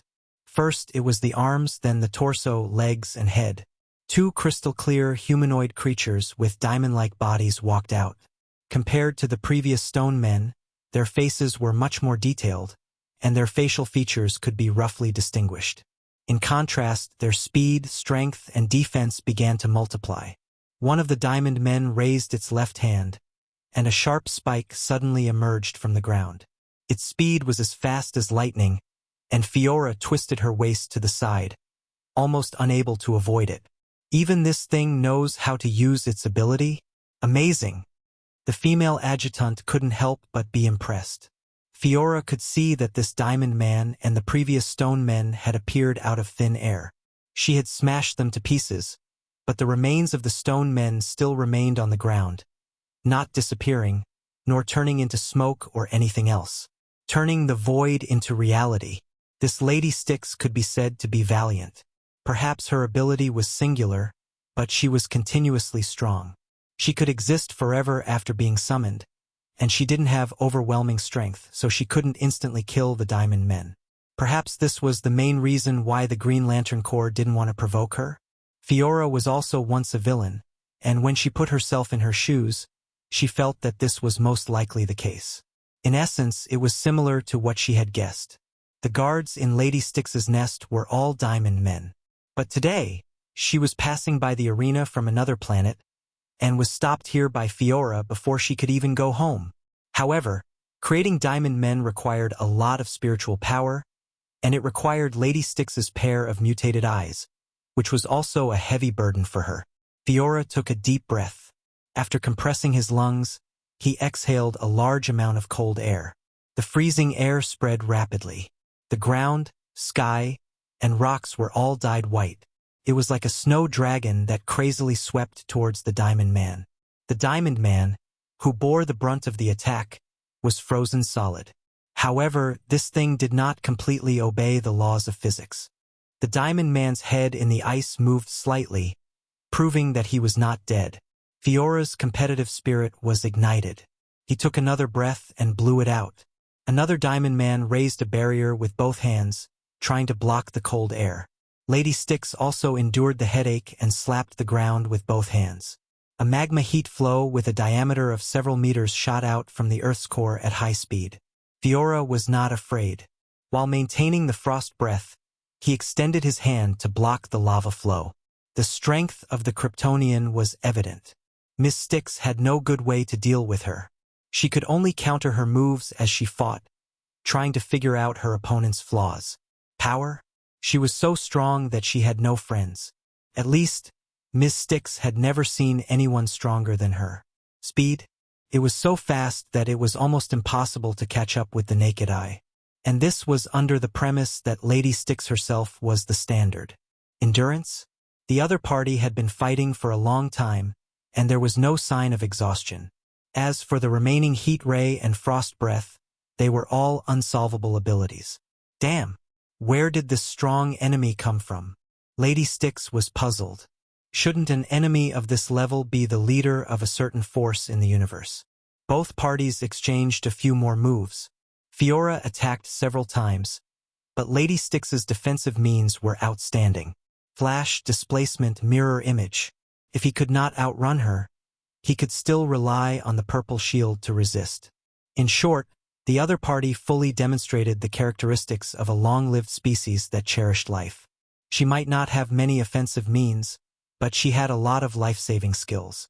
Fiora followed her and fought from the ground to the sky, then to outer space and finally back to the ground. However, he still could not take her down. Lady Styx wanted to run, but she was too slow in space. On the ground, she could absorb a part of the Earth's power to replenish herself, but it was impossible in space. Fiora was flying, and she was not confident that she could escape. Just as she was about to use some words to communicate with the other party, a woman in black walked out from beside Fiora. She was cold and dignified. Just one look was enough to make one feel immense pressure. The other party was also looking at her with a scrutinizing gaze, as if she was looking at goods. This made Lady Styx, who dominated 7 sectors, feel both embarrassed and angry. But when she saw Fiora lowering her head slightly and taking half a step back, her heart sank. Thea did not make much progress in studying the two-dimensional world. She fell asleep while watching, but the scale of their battle was getting bigger and bigger. It was hard not to sense it. Knowing that the master of this planet had returned, she came out to take a look. It had to be said that Lady Styx was very strong. She had no problem taking on a little blue guardian alone. With the enhancement of fear, Fiora had already surpassed the standard of the original spacetime. He was not too far away from the super Kryptonians like Kier. Even with such strong strength, he was only able to fight to a draw. It could be seen that the universe was full of hidden talents. "You are that Lady Styx? What a great name, hee." Thea said in a clear voice. "How can I say no? You have got the wrong person." Lady Styx had raised her level of alertness to the highest level. Even if one were to think with their toes, they would know that this woman was definitely stronger than the previous one. With her high concentration, the 2 small eyes on her eyebrows struggled to open again. Her mental strength surged, and the surrounding sand and stones gently floated up, like a circle of silent guards. Thea looked sideways. The universe was so unfair. This Lady Styx was a mutant among the long-lived species. Ordinary Earthlings would think that they were awesome if they mutated, but Earthlings had short lifespans and a huge population base. What about the long-lived species? Could there be 1,000 of them in the universe? Other than the little blue guardian, Thea had seen another long-lived species with special abilities before. That was the red light leader Atakitas. He had a kind of divination similar to the ancient witch doctor. She did not expect to see another one today. Fiora whispered a few words in her ear. Thea looked at the stone and diamond men. Creating them out of thin air and have their own behavior patterns? Fiora nodded. Only then did Thea take a closer look. She had not taken the stone golem seriously before, as there were too many similar tricks. Summoning the stone men was similar to the 5 tigers breaking the gate blade in the Wuxia dimension. It sounded like an exclusive skill of a minor character. Chapter 896. Thea didn't expect that although this thing was summoned, it would never disappear. This ability suddenly became valuable. Just like how they used magic, the lamp ring, and even the power of the soul, psionic power, and the oasis created by Raoul, the creation turned into air after the initial energy was exhausted. She had never heard of something that could exist forever. But Ms. Styx's creation could exist forever. Thea's vision was far better than Fiora's. She could see that whether it was the stone or diamond people, they didn't have much soul information. At most, they were like the ordinary insects of the sharp insect tribe with a little muddle-headed consciousness. But this was also very precious. You're a talent. Thea was prepared to kill this person who called herself Styx in seconds. But now she changed her mind. Before Miss Styx could speak, she saw a black light. The purple shield that she relied on to run rampant in the universe was directly penetrated. The power of the soul that she usually used freely seemed to be cut off in an instant because a white jade-like palm was strangling her neck. Unlike the super Kryptonian, Higher knew many of her moves and was stronger than Miss Styx, so he took a little longer. But this Miss Styx was too biased. Her ability was powerful, but her speed was her biggest weakness. Naturally, she was crushed by Thea in all aspects. I'll change my name. Let me go. With her ability cut off, the long-lived species was no different from ordinary people.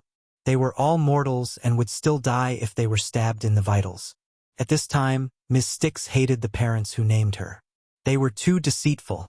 Because of a name, she provoked such a strong enemy. Thea thought for a while. I'm the goddess of death. Your name is a little offensive, but I'll be magnanimous and forgive you. If you forgive me, then let me go. Miss Styx gave her a bitter smile that she thought was very humble. Just as Miss Styx was pondering, this person in front of her couldn't be the temperamental type who said yes but backstabbed, right? It turned out that the young lady was still very kind. She released her jade-like hands, and Lady Styx fell to the ground, paralyzed. Being choked was not a pleasant feeling. Panting heavily, she finally managed to escape from the gates of hell and back. She didn't want to stay here for even a second longer. She had already tossed the matter of the gladiator arena's audit to the back of her mind. Run? Run immediately. Run immediately. Step back? He didn't move. When he exerted more strength, he realized that not only were his legs unable to move, even his body was no longer under his control. Thea's hand left her, and her spirit power automatically recovered.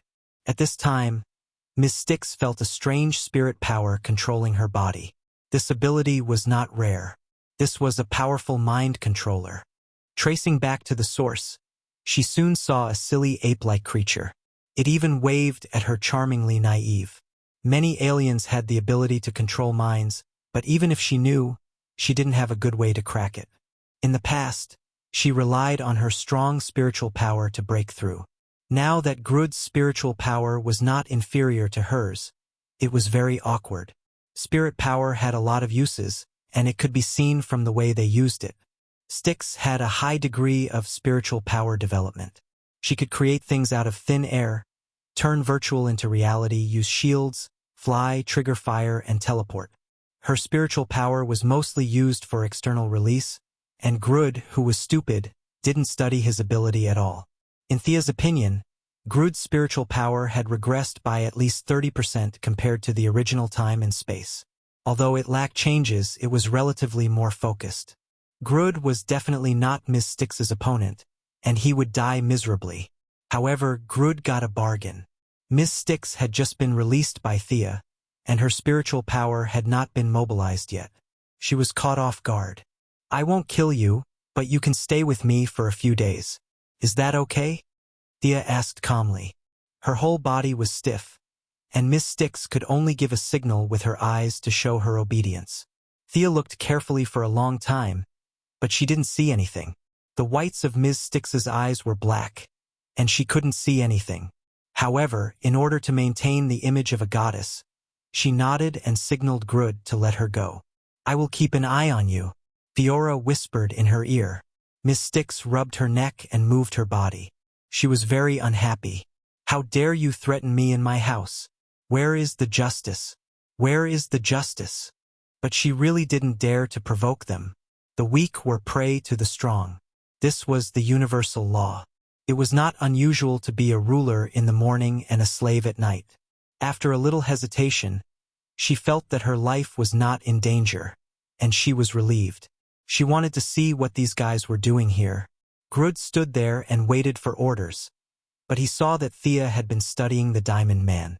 He wanted to call her a bumpkin, but when he thought of Grud's mind reading, he quickly stopped and counted sheep in his mind. Hey, come here. Tell me, how did you summon this Diamond Man? Thea didn't treat her as an outsider. Miss Styx wanted to tell her that her name was not Hay, but her name was too hateful. She didn't dare to say her real name.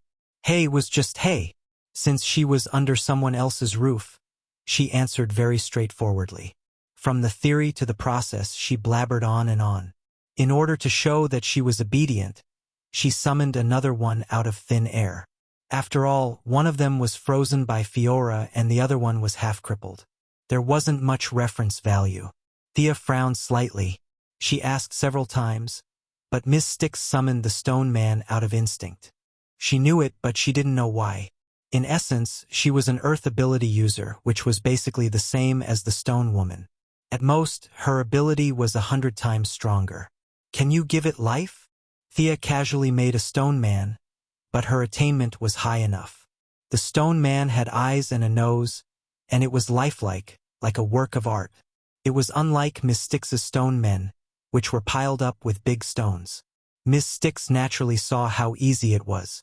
Thea's Stone Man was more beautiful than her Diamond Man, and this was just a casual wave of the other party. She carefully felt it with her own spiritual power. No, this doesn't resonate with me at all.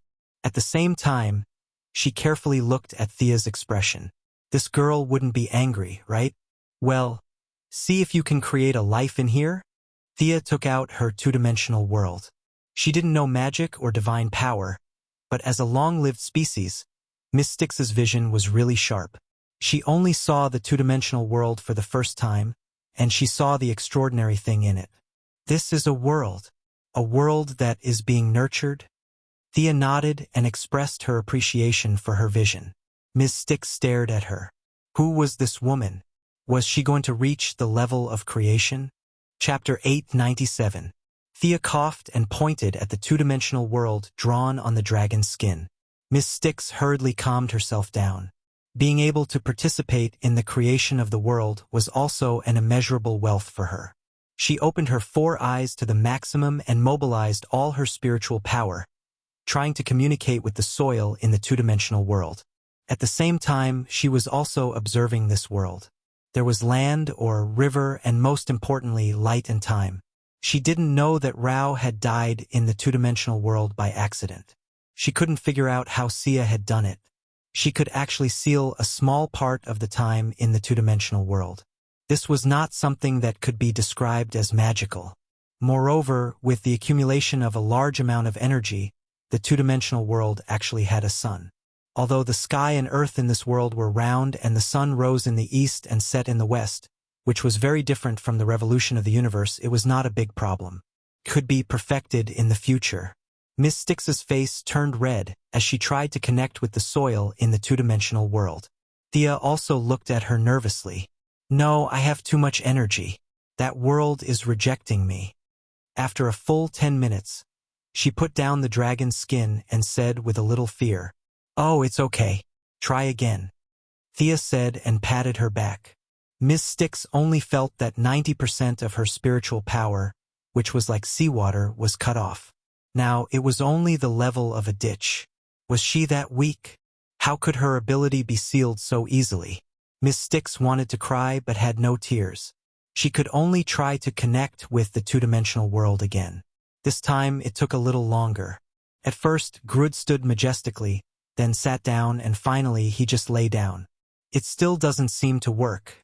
My ability is still lacking. If I can take another step, maybe I can. Miss Styx found that Thea's face was solemn as she stared at her coldly, as if there was a layer of frost hanging on her face. She hesitated for a long time and barely finished her sentence. After that, She anxiously waited for the result like a prisoner waiting for approval. Thea's bright and clear eyes swept across her neck. Ms. Styx was shocked and sweated profusely. She deeply understood how difficult it was to create life. Creating a new life and a new world out of nothing. Not to mention Ms. Styx, even the son of God, Lucifer, who had 50% of God's ability, felt that it was extremely difficult. He had to join hands with Michael to create a new world. It was really difficult to achieve success in one go. Of course, she was not an unreasonable person, but she was different from the female adjutant, Jared, Kerrigan, and the others. She had lived for too long and had too many tricks up her sleeve. There was no harm in giving her a warning. Ms. Mingy's spirit power is sufficient in quantity but not in quality. Perhaps when the eyes on her eyebrows are fully developed, it will be the standard of her spirit power. Thea is very smart. Of course, she understands the meaning of her words. However, it wasn't right for the other party to play tricks on her and try to bargain for the secret to the rapid growth of mental power. I'm giving you benefits so you can't refuse. But if I don't give it to you, you don't have the right to take it. With different horizons and perspectives, she could easily write 3 copies of The Secret to increasing her mental strength, but now was not the time. I'll keep this painting with you for now. I'm gonna stay on this planet for a while. You should find a place to stay as well. She gave the same instructions as her master before taking a step forward and disappearing into thin air. Fiora and Grud didn't even look at him as they turned around and went back. Ms. Mingy wanted to run, but 90% of her strength was sealed. How could she travel the universe with such strength? She wouldn't be able to fly more than 1 light year before her subordinates would kill her and take her head to other places for rewards. She quietly returned to her base camp and gathered her subordinates. She wanted to ask why this immortal came to her territory. Her subordinates all said that this group of people was here to watch the gladiator fight. Really? No personal grudges? Ms. Mingy didn't believe it. She knew very well what her subordinates were like. Weren't they unscrupulously provoking the enemy? No, absolutely not. Her subordinates swore to the heavens. Maybe they had done a lot of shameful things, but it had absolutely nothing to do with that immortal. Hearing that it was not a grudge, Ms. Mingy breathed a sigh of relief. However, when she heard that the other party came from Sector 2814 to Sector 313, almost crossing half of the universe to watch the gladiator fight, she held back a sentence in her heart and didn't know if she should say it. Since the other party had a purpose, it was easy to deal with. She was afraid that the other party had no purpose. Don't you like to watch gladiator fights? I'll let you watch with all your might. Watch until you're sick of it. Ms. Mingy was afraid that the other party would see through her. Her first order was to order her subordinates, especially those who were unruly and usually disobedient, to capture the gladiators. In addition, she transferred the warriors from the other gladiator arenas from the planets under her control. She didn't play the trick of having a small competition every 3 days or a big competition every 5 days. There were big battles every day, life and death battles. When the gates were opened, more than 100 people rushed out and slashed crazily. She would rather not do the gladiator business in the future. She wanted to fool this immortal sister Thea into leaving first. The gladiator arena was filled with bloody battles every day. Several carts of dismembered corpses could be pulled out every day. The crazy consumption of the gladiators drove the enthusiasm of the audience to the sky. It was really a sea of people. Colorful flags fluttered in the wind, gongs and drums rang in the sky, and firecrackers were set off. Thea expressed her gratitude and removed the seal in Ms. Mingy's body. Her excuse was that she left in a hurry and forgot. In order to let her understand the situation, Thea even called Kerrigan over. The strange insectoids occupied 2 sectors. It seemed like there were fewer of them, but that was not the case. The strange insectoids occupied 2 sectors exclusively. Not even a blade of grass was left on the planet. Although Ms. Mingy was said to control 7 sectors, she was actually more like an alliance leader. During holidays, the subordinate planets would offer offerings. During normal days, she would provide protection. When her subordinates were mobilized, they were not as powerful as the insectoids. The 2 of them naturally did not know each other, but they had heard of each other. After a few probing, Ms. Mingy found out that the strange insectoids were Thea's subordinates. She was at a disadvantage in terms of strength and influence. Ms. Mingy became more honest. When she had nothing to do, she would hug the dragon skin and study the two-dimensional world. She did not watch the gladiator fights at the beginning. The warriors were depleted too quickly. They were all her money. Later on, she simply gave up and threw away her money. Why couldn't she listen to a sound? She also watched with Thea and the others. With such a high death rate, Thea was indeed very knowledgeable. What was the source of many people's counterattacks before they died? It was the love of life, or rather, the love of one's own life. Observing these people, her death realm became more and more stable. Although the effect was slow, it was much less troublesome than killing by herself. Anyway, she was not in a hurry for 10 days to half a month. She drank the local fruit juice of a nearby planet and enjoyed the massage of a few aliens who looked like little bunnies. Grud was very flattering and fanning her. Watching a bunch of people fight to the death below, her own realm could be improved. She was very satisfied. Chapter 898. The gladiator fights went on as usual. Originally, there was only one fight per day, but now there were 2 fights per day. Sometimes there would even be an extra fight. The robots cleaned up the battlefield very quickly. Several carts of corpses and weapons were taken away. The gate opened, and the next batch of gladiators entered. Thea, who had been nonchalant, saw one of the figures, and her face twitched unnaturally. Why was this guy here? He was skinny, had a full beard, and held 2 daggers in his hands. He didn't look like someone who could be found in a crowd. Thea recognized him, or rather, recognized the characteristics of his divine power. He was a member of Darkseid's elite society, the god of shadows, and the master of assassination Guangdong, who was said to be proficient in hundreds of millions of combat techniques. Her first thought was that there was a conspiracy going on, but no matter how she looked around, she did not see any of the other new gods, let alone Darkseid. What was even stranger was that Guangdong had sealed his divine power and was now fighting like an ordinary person. She watched as Guangdong easily stabbed a strong man to death and dodged a giant axe from behind. She was a little confused. What was this guy doing here? Spying? Which family's secret agent would spy in such a public place? Assassinating? Sealing his divine power for assassination? That idiot would die too quickly. After deducting several possibilities, the only answer was naturally the one. Could it be that this guy had nothing better to do, so he came out to hone his martial arts skills? Thea thought about her original intention and felt that Guangdong was probably thinking the same thing. Perhaps this guy just wanted to enjoy the thrill of killing. She wasn't the only one. Many people saw Guangdong's combat techniques. Ordinary people could only watch for fun, but experts like Fiora and Lady Styx could see more. Guangdong's martial arts were a beautiful art. Simple stabs, kicks, and uppercuts were like a dance. Every movement was full of killing intent. He alone could set off a storm of killing. He had mastered hundreds of millions of combat techniques and could integrate their essence into his own martial arts. Guangdong was indeed worthy of being called Darkseid's top assassin. However, Thea didn't think much of it. This guy had gone astray. He was too focused on techniques and neglected the essence. No matter how good he was at riding a bicycle, what was the use of all those fancy techniques? Could it be faster than a car? Of course, techniques were important, but mastering them was enough. He had nothing better to do but learn hundreds of millions of fighting techniques. Thea could only admire this assassin. She felt that it was unnecessary for Batman to learn 127 types of martial arts. But the problem was that Batman had no room to level up, so he could only practice blindly.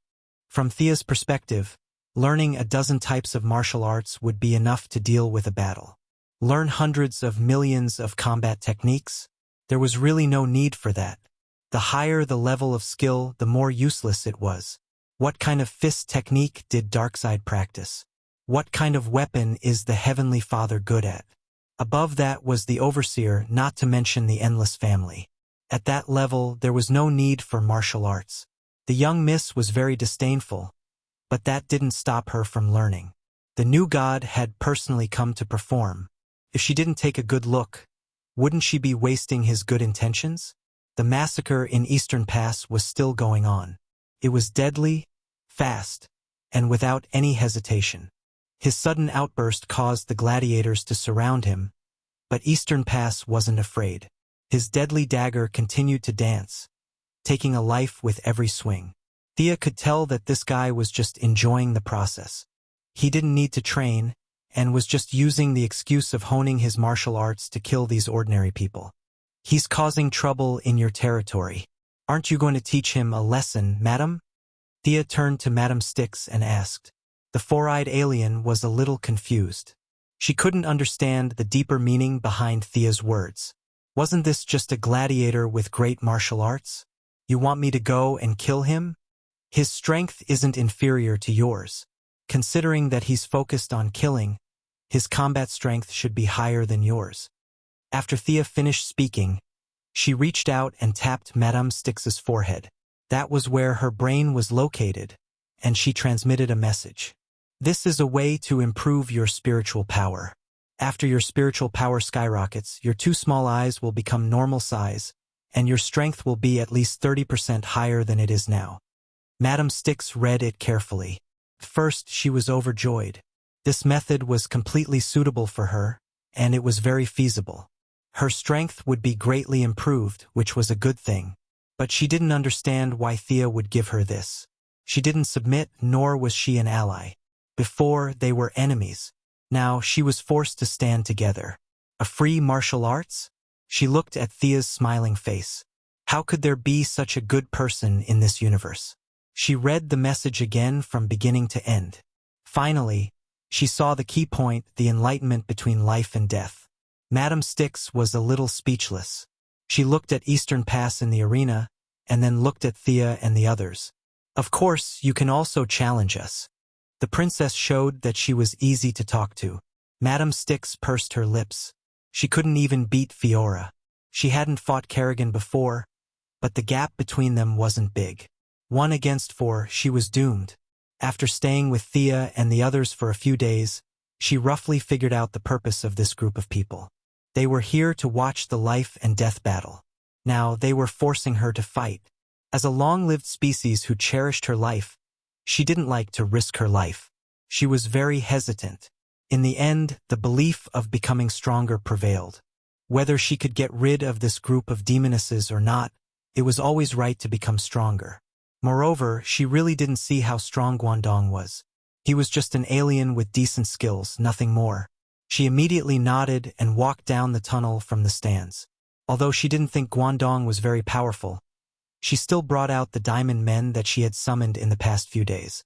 There were a total of 6 of them. She was afraid that there wouldn't be time on the battlefield, so she summoned 2 more urgently. There were a total of 8 of them.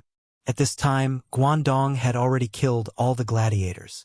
He held 2 daggers in front of his chest as if he was praying. Time passed by slowly. He slowly opened his eyes. Why hadn't the cleaners of the arena come out yet? The battle was already over. The audience began to whisper. They didn't know what this abnormality meant. But when the gate opened, they immediately knew the answer. Oh my God! Madame Styx is going to fight personally. That's Madame Styx? Why? What's the meaning of this? The audience fell into a heated discussion. Among them were the old residents of the original planet, and there were also new audience members who had recently come because of her fame. They whispered to each other, and the news spread quickly. In less than a minute, all the audience knew that Madame Styx, who dominated 7 sectors and hundreds of planets, was going to participate in the battle personally. This was like the chairman of a company personally working as a salesperson in a department store. It was a very unbelievable thing. Chapter 899. The faceless host was also stunned. He did not know why his former boss had come down personally. He hurriedly looked at his new boss, Jared. After receiving the order to proceed as usual, he still did not speak clearly. The god of shadows, Guangdong, was stunned. He naturally knew about Lady Styx. Such a powerful alien was already a threat to him. If he still had his divine power and was in perfect condition, he would only be a threat. After all, he was Darkseid's general and had fought thousands of battles. He had killed even more powerful aliens. The problem was that he had sealed his divine power. He could not even use 10% of his strength now. How could he defeat Lady Styx? His seal was also very complicated and could not be undone in a short time. He did not care about hiding his identity anymore. Under everyone's shocked gaze, he raised his dagger and stabbed himself 7 or 8 times. As he stabbed himself, he regretted it so much that his intestines turned green. He was fighting in his true form. If his divine body was damaged, he would have to use his divine power to repair it. Furthermore, breaking the seal so violently would consume a portion of his divine power. It was a huge loss. However, he was still calm in this life-and-death situation. He calculated that he would need about 30 seconds to undo the seal. At the same time, he stared at Lady Styx fiercely, hoping that she would not use her ultimate move. Long live Darkseid. Long live Darkseid. He muttered in his heart that even he did not believe. Just as he was nervous for a few seconds, he felt a strong surge of energy from within his body. That was his divine power. Did his boss really hear his call? Guangdong didn't have time to think about it, because Lady Styx was controlling the 8 diamond men to shoot out spikes that covered half of the arena. The dazzling white light almost blinded the eyes of the audience. Even though Guangdong had a divine body, the strong light still made him look sideways. Without the support of divine power, he could only curl his body into a ball and reduce the area of attack when faced with such a large area of effect. However, it was different now. The divine power that he could control allowed him to dodge the spikes in an instant. He also used his divine power to escape into the shadows. After so many years of dancing on the edge of a knife and fighting between life and death, he had a very bad feeling. He turned into a cloud of black gas and hid in the shadows of the arena. He started to look around. He wouldn't have known if he hadn't seen it, but he was shocked when he saw it. Following the guidance in his heart, he immediately saw the young miss waving at him with a glass of juice in her hand. Why was she here? Guangdong was shocked. As the person who had defeated Darkseid's clone, everyone on Planet Revelation knew who Wuxia was. Furthermore, Desard had exaggerated her combat power to cover up his failure to fight Darkseid's clone by running away from the battle. As the #1 assassin in the multiverse, Guangdong did not believe it at first. Mage-type gods were naturally countered by assassin gods. In his opinion, it was because the Wasteland Wolf was greedy for life and Desard was afraid of death. He had always held this view until a second ago. Seeing Thea waving at him, Guangdong knew that the seal on his body had been undone. Even though they were several hundred meters apart, he didn't notice anything strange before the seal was undone. The first possibility was that the other party had the strength to crush him. The seals that he thought were very strong and powerful were easily broken by her. The other possibility was that the other party had already done something to his body, and he, as an assassin, was unaware of it. Guangdong panicked. His first reaction was to run. The honor of a warrior and the rules of the arena had nothing to do with him. However, just as he was about to turn around, he felt a powerful will looking at him. If he was in his normal state, he wouldn't have died. Not to mention Thea, even Darkseid wouldn't be able to make Guangdong wet his pants with just a look. The key was that Thea had not only undone the seal for him, but she had also added something to it. If he turned around and left, the divine power in his body might explode. He didn't know if he would die, but he would definitely be severely injured. Use your full strength to fight this Lady Styx. You can leave after the fight. Thea's clear voice sounded in his mind. Guangdong had no room for negotiation. He could only trust that she would keep her promise. Damn it! He wanted to slap himself. How could he seal his cultivation to fight in the arena? He was so unlucky that she had even done something to him. He would rather go home and sleep next time than play such games. He had investigated Thea and Diana beforehand and knew that they were also in this universe. However, the two goddesses were mainly in Sector 2814, and this was Sector 313. They were more than half the universe apart. Furthermore, they were gods of the righteous faction. Guangdong didn't think that they would come to such an evil place like the arena. However, something unexpected happened. Not only did he encounter them, but he was also caught red-handed. Guangdong cursed inwardly and could only focus on what was in front of him. There was a flaw. Being good at fighting was like an instinct. He quickly found a blind spot of Lady Styx's. He waved his divine power and appeared in front of her again. This time, he had changed into a dark red soft armor and was holding two glowing daggers. He stabbed them into Lady Styx's eyes as fast as lightning. Styx didn't understand the characteristics of a new god. She used a mirror image spell to try and fool him. Guangdong didn't move at all. The daggers seemed to have a tracking function and stabbed straight down. There was great fear between life and death. This saying was absolutely true. Seeing that she was about to be killed, Lady Styx's spiritual power exploded to the extreme. At the critical moment, she swapped places with the Diamond Man. The two daggers seemed light and didn't weigh more than 1 kilogram. However, they were like sledgehammers and smashed the Diamond Man into pieces. I was scared to death. Lady Styx panted with lingering fear. She didn't notice that her spiritual power had increased by a lot. Her two small eyes seemed to have become bigger. Be careful. The opponent's daggers have a strong armor-piercing property. Don't use a shield to block them. Thea's reminder was like a police officer at a crime scene. Came late. Lady Styx wanted to ask why she didn't remind her, but in the end, she didn't dare. Even if she didn't plan to let the opponent get close to her. The 4 Diamond Men's arms began to change. Some turned into knives and some into chains. They all rushed toward Guangdong. The remaining 3 protected Styx from a distance and did some long-range support. Boom! The earth shook violently. She pulled out 2 streams of magma. This time, she didn't hurriedly cast them. Instead, she added them to herself. Lady Styx added another layer of magma shield on top of her purple spiritual power shield. Only then did she feel more at ease. In less than 2 seconds, she couldn't wait to praise herself for being quick-witted. Guangdong was like a black beam of light, creating a gap between the 4 Diamond Men. He circled behind Lady Styx and stabbed at her neck. Chapter 900. This move was so fast and sudden that Miss Styx did not even have time to react. Fortunately, the shield was automatically activated.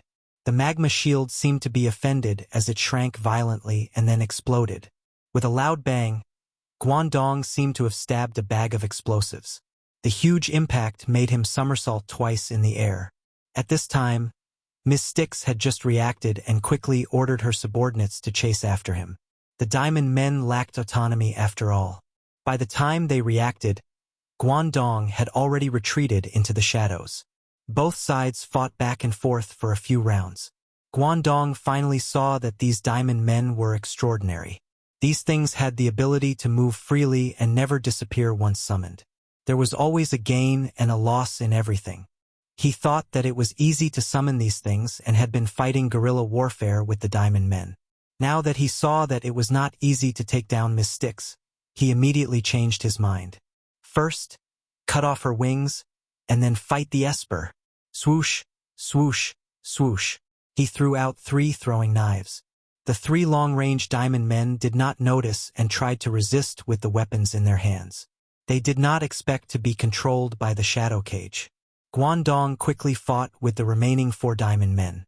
He twisted his waist and raised his leg to step on a Diamond Man's thigh. The dagger in his hand shot out a black light like a big knife and directly cut off the Diamond Man's head. He saw the pity in Miss Styx's eyes from the corner of his eye and knew that he had guessed correctly. As expected, she has too little combat experience. She found out the flaw so easily. Thea sighed. Even if there was a gap in combat strength, it was not that big of a gap. Now that their combat strength was slightly inferior, and their combat experience was much more superior, it was only a matter of time before Miss Styx lost. This guy has probably not fought for many years. Give me some time, I can also defeat her. Fiora felt that it was a bit unfair that they had tied last time. The reason why Guangdong could have an overwhelming advantage in the arena was that he was holding 2 divine daggers, and Miss Styx did not dare to take them head-on. They could see the truth, but the audience around the arena did not have such eyesight. All they saw was Miss Styx waving her hand and summoning a pile of stone golems and flaming boulders. Guangdong was forced to dodge the attacks. From the bottom of their hearts, They still hoped that Miss Styx would win. After all, they knew who she was. If a gladiator appeared out of nowhere and killed their idol for decades or even hundreds of years, it would be a huge blow to their confidence. Unfortunately, their wish became more and more elusive.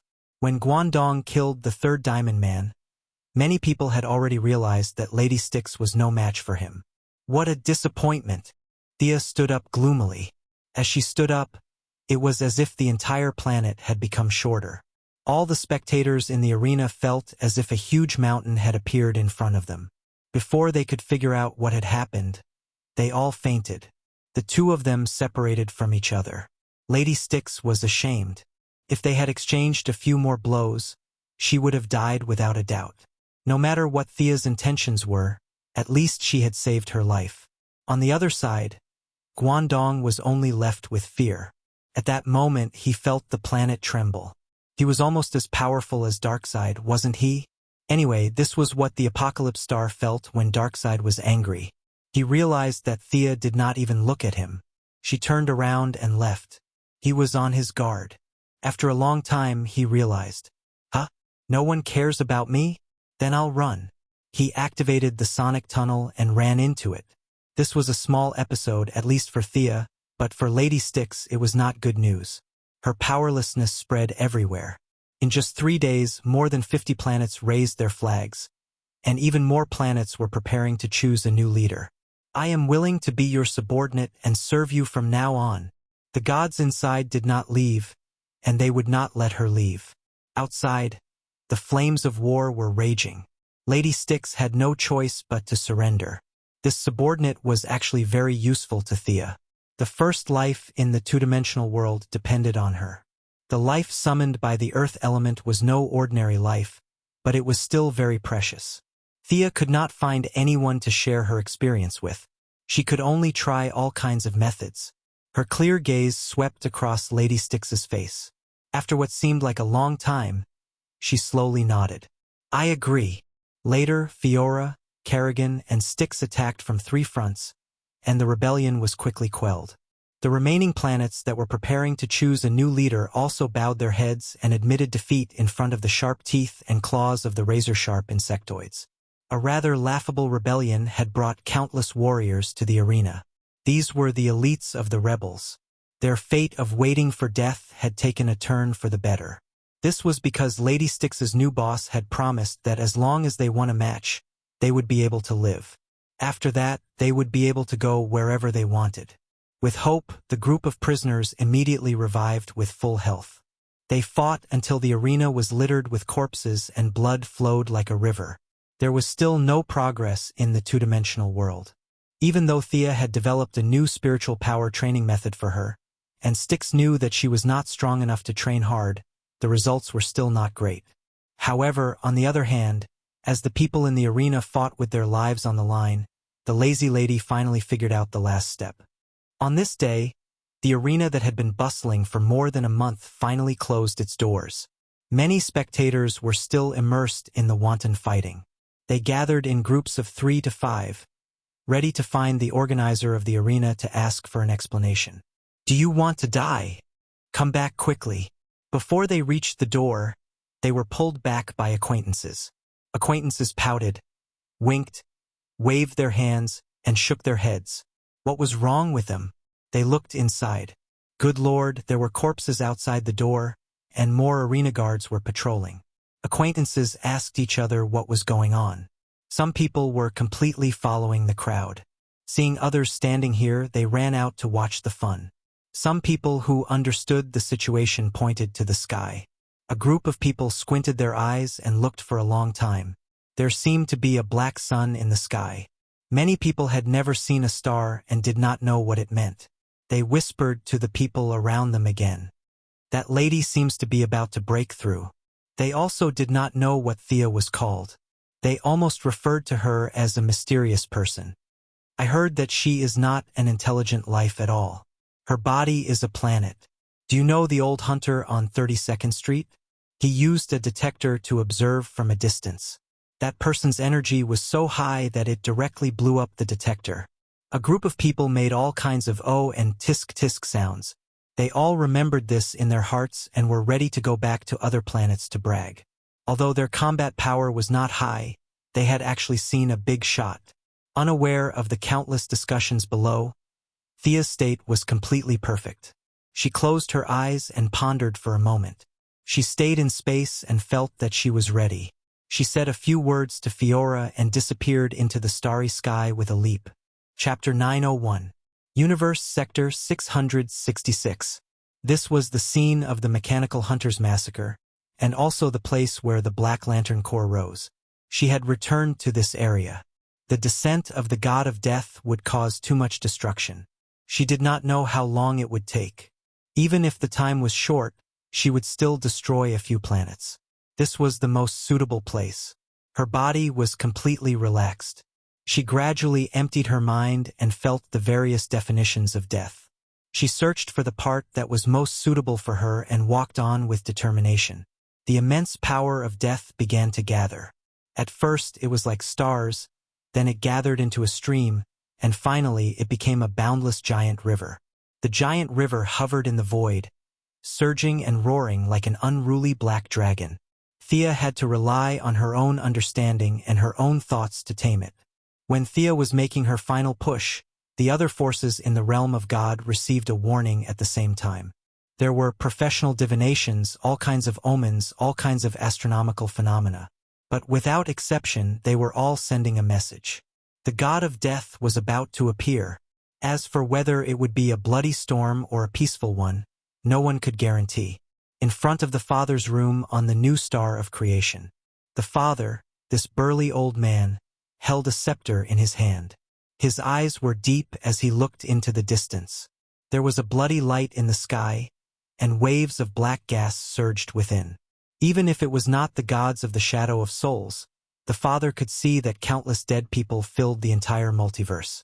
They were cheering and celebrating, preparing to welcome their destined ruler. As the world's top combat power and the embodiment of justice, he could feel that the entire multiverse was jumping for joy to further perfect itself. "Your Majesty, you called for me?" Sitting on the Morbius chair every day, Mitron, who had average strength but was more arrogant than anyone else, floated beside him and asked softly. The Father pointed at the astronomical phenomenon in the distance and asked, "What does this mean?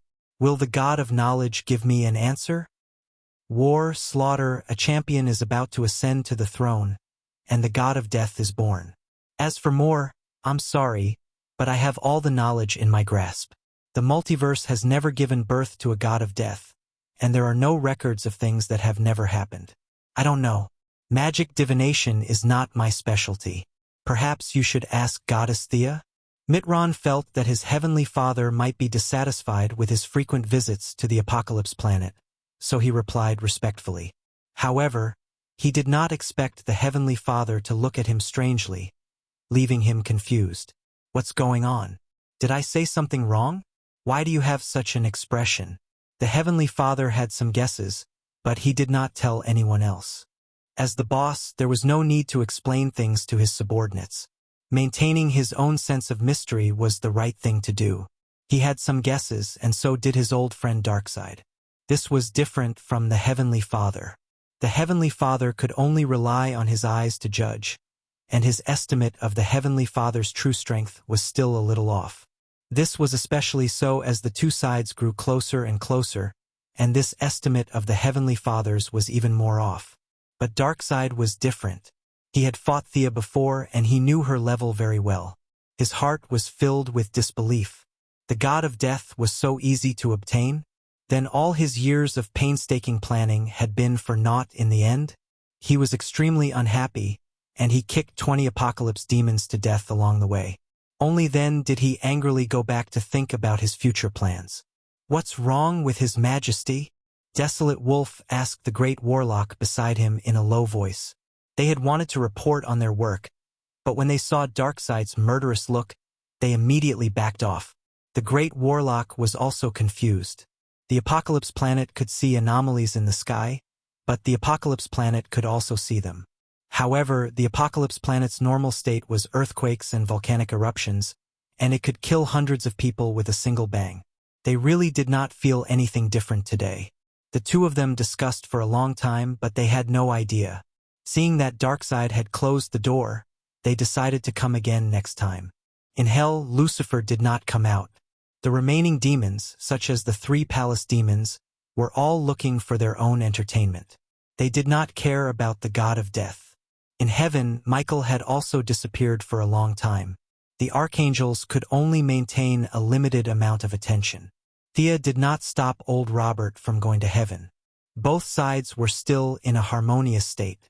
Dream World and Nightmare World were the territories of the Endless family's third brother, the sleeping demon. As the second sister, Thea had not returned, let alone the third brother. This was still an absurd and bizarre land of dreams. Most of the old gods in heaven were in a deep slumber. They did not know or care about anything that happened in the outside world. In hell, whether it was Hades, Osiris, Izanami, or the alien gods of death, they all had a subtle feeling that there was a boss above them. They wanted to work together to resist, but unfortunately, they had been fighting each other for countless years. Trust? That was impossible. In the multiverse, some powerful beings also felt this suffocating pressure. Diana stood alone in her office, her gaze piercing through space as she silently sent her blessings. Madame Xanadu wanted to bring Old Ma in for a divination, but after drawing 2 cards, Old Ma walked out happily like a fool. The ghosts and strangers did not care about this. As for the ordinary people, they did not know that Thea was about to reach a higher level. Huff huff. The young mistress changed into the white lantern attire and took out the holy sword. The black fog that was confronting her turned into an irregular monster. It was as big as the moon. Its head, waist, and tail each had a head. 2 of them looked like human faces, while the other was blurry like some kind of beast. This monster was the source of death. However, it had been polluted long ago. The numerous distracting thoughts turned it into an object that was between life and non-life. Thea originally wanted to control it, but she realized that it was impossible. She had to purify the impurities. In the multiverse, no one would dare to say that they were the best when it came to purifying death aura. With the white lantern and the holy sword, Thea even felt that if the Black Death Emperor did not run away, she could purify him. This source was far inferior to the Black Death Emperor. It had no realm, no consciousness, few instincts, and all kinds of chaos. The only problem was that it consumed a lot of energy. Fortunately, she had the white lantern in hand. She wanted to see how many impurities there were in this source that she could purify. Boom! Boom! All kinds of explosions rang out. The smoke monster was beaten back, but it still looked like it would not stop until it was dead. Thea could only slash left and right with her sword.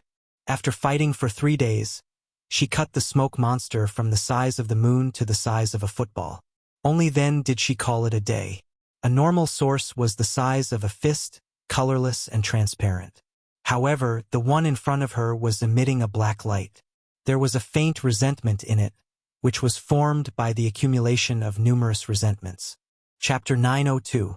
She used the white lamp to purify it twice more, but the black gas that was deeply embedded in the core could no longer be purified. Come on, she cheered herself on. The perfect source was waiting for her to absorb? How could there be such a good thing? Thea was quite confident in herself. Even wearing a light ring could change one's personality. As if it understood her wish, the source, which had been purified by more than half, voluntarily fused with her. The black gas in the source was very reluctant, but it could only comply. The source dissolved into a thin mist and enveloped Thea from head to toe. Strong. Very strong. Only 1/3 of the source was absorbed, but Thea felt her heart palpitate. The power of this divine position was far stronger than souls and wealth. It pointed directly to the source of creation, and the power it contained was endless. She had the illusion that she could destroy the universe with a wave of her hand. Her previous estimate was quite accurate.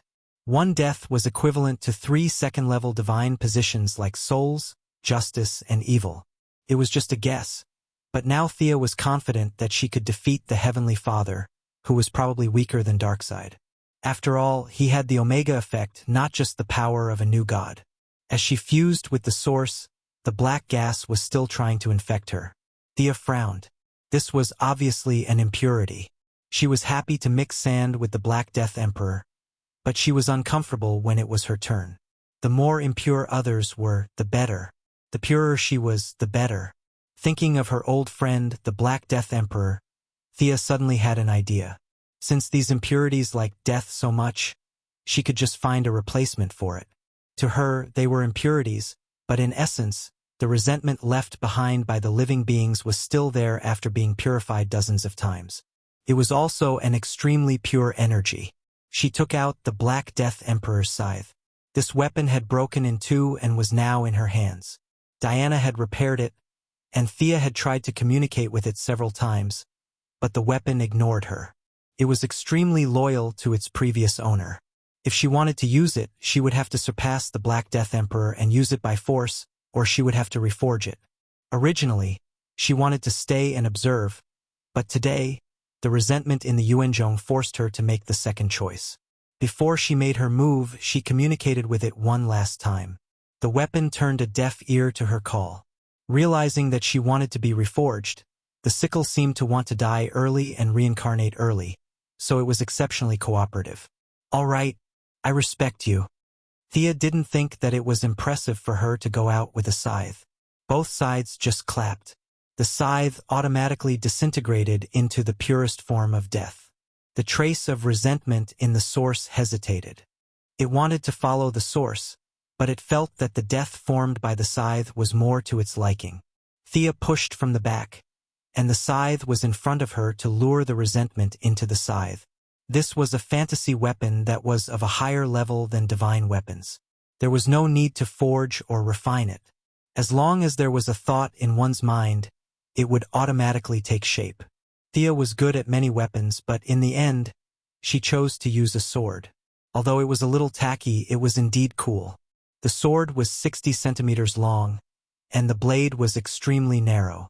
The two edges were sharpened, and there was a large gap in the middle. The trace of resentment was contained in the middle, and there were faint cries coming out, as if there were countless vengeful spirits roaring non-stop. Black gas filled the air. Even Thea was shocked by the killing intent. She didn't pay too much attention to it because the resentment had left, and the fusion had reached the final stage. Death. All kinds of death. Countless scenes of death appeared in front of her. People were stabbed to death by swords, smashed to death by sticks, poisoned to death, shot to ashes by energy guns. She seemed to have experienced the deaths of all living beings in an instant. Ah! The last one was so painful that she directly cried out. It was said that childbirth was 12 levels of pain, but now it felt like 80. Her voice spread across the multiverse, as if expressing the pain of the entire universe. One must bear the weight to wear the crown. She was prepared for this, but she didn't expect that it would hurt to this extent. This was because she had a good foundation. She was already ranked third among the new gods, so she could barely bear the pain. If it was an ordinary person who wanted to use death to ascend to godhood, what awaited them would definitely be death. Sweat wet her forehead, and even more cold sweat flowed down her body. At this time, she realized that she had unknowingly landed on the surface of the planet. It seemed like only a moment of pain, but when she regained consciousness, half an hour had passed in the outside world. Phew! She gently exhaled, and used her heart to feel her new power. She seemed to be able to flatten mountains with a wave of her hand, and even rivers had to flow backward where she focused her gaze. As long as she wanted to, she could destroy planets and galaxies with a single thought. The goddess of death. Thea looked up to the sky and laughed. Her heart was at its best, and she wanted to go on a killing spree. She suddenly realized that something was wrong. Why would I think that? Death was the friend of life. Thea didn't think that she had deviated from her path, so there must be some external emotions affecting her. I need to calm down. She took out Anka's amulet. Her ranking had reached 49th, and she suddenly fell from her invincible mentality. It turned out that there was still a long way to go. The goddess of death was just a step, not the end. She eliminated all kinds of distracting thoughts and focused on her heart. Took her a whole day to realize the problem. Death was not sentimental. She had fused with the divine seed of death, so she had to seek justice for the dead. There was no need for redress, no need for justice, only death, the death of the living. Only by slaughtering would the goddess of death finally acknowledge her and accept her. Thea stood up, and a shiny black robe automatically put on her body. The robe was embroidered with dark green patterns, and it stretched from the neck to the hem. The robe was bunched at the waist, making her slim waist look slender and graceful. The hem covered her feet, and only her delicate collarbone was exposed. A long cloak was tied around her shoulders. "You didn't even give me a pair of shoes." Looking at her bare feet, she was a little speechless. The higher the level, the more restrictive the clothes were. For example, Second Sister of Death's Gothic clothes could not be changed, and the Goddess of Death also had work clothes. Fortunately, the clothes were beautiful. Compared to Darkseid's oversized clothes, she was already beautiful. A light breeze blew through her hair, and she realized that her blonde hair had turned black. She reached out and picked up a long sword. She crossed her hands and two swords appeared. The blades were thin, but she was confident that they could cut through even a planet. Sword of the Night. She had used the name of the goddess of death from Marvel. It didn't matter what the name was, as long as she could kill. She had already chosen her target.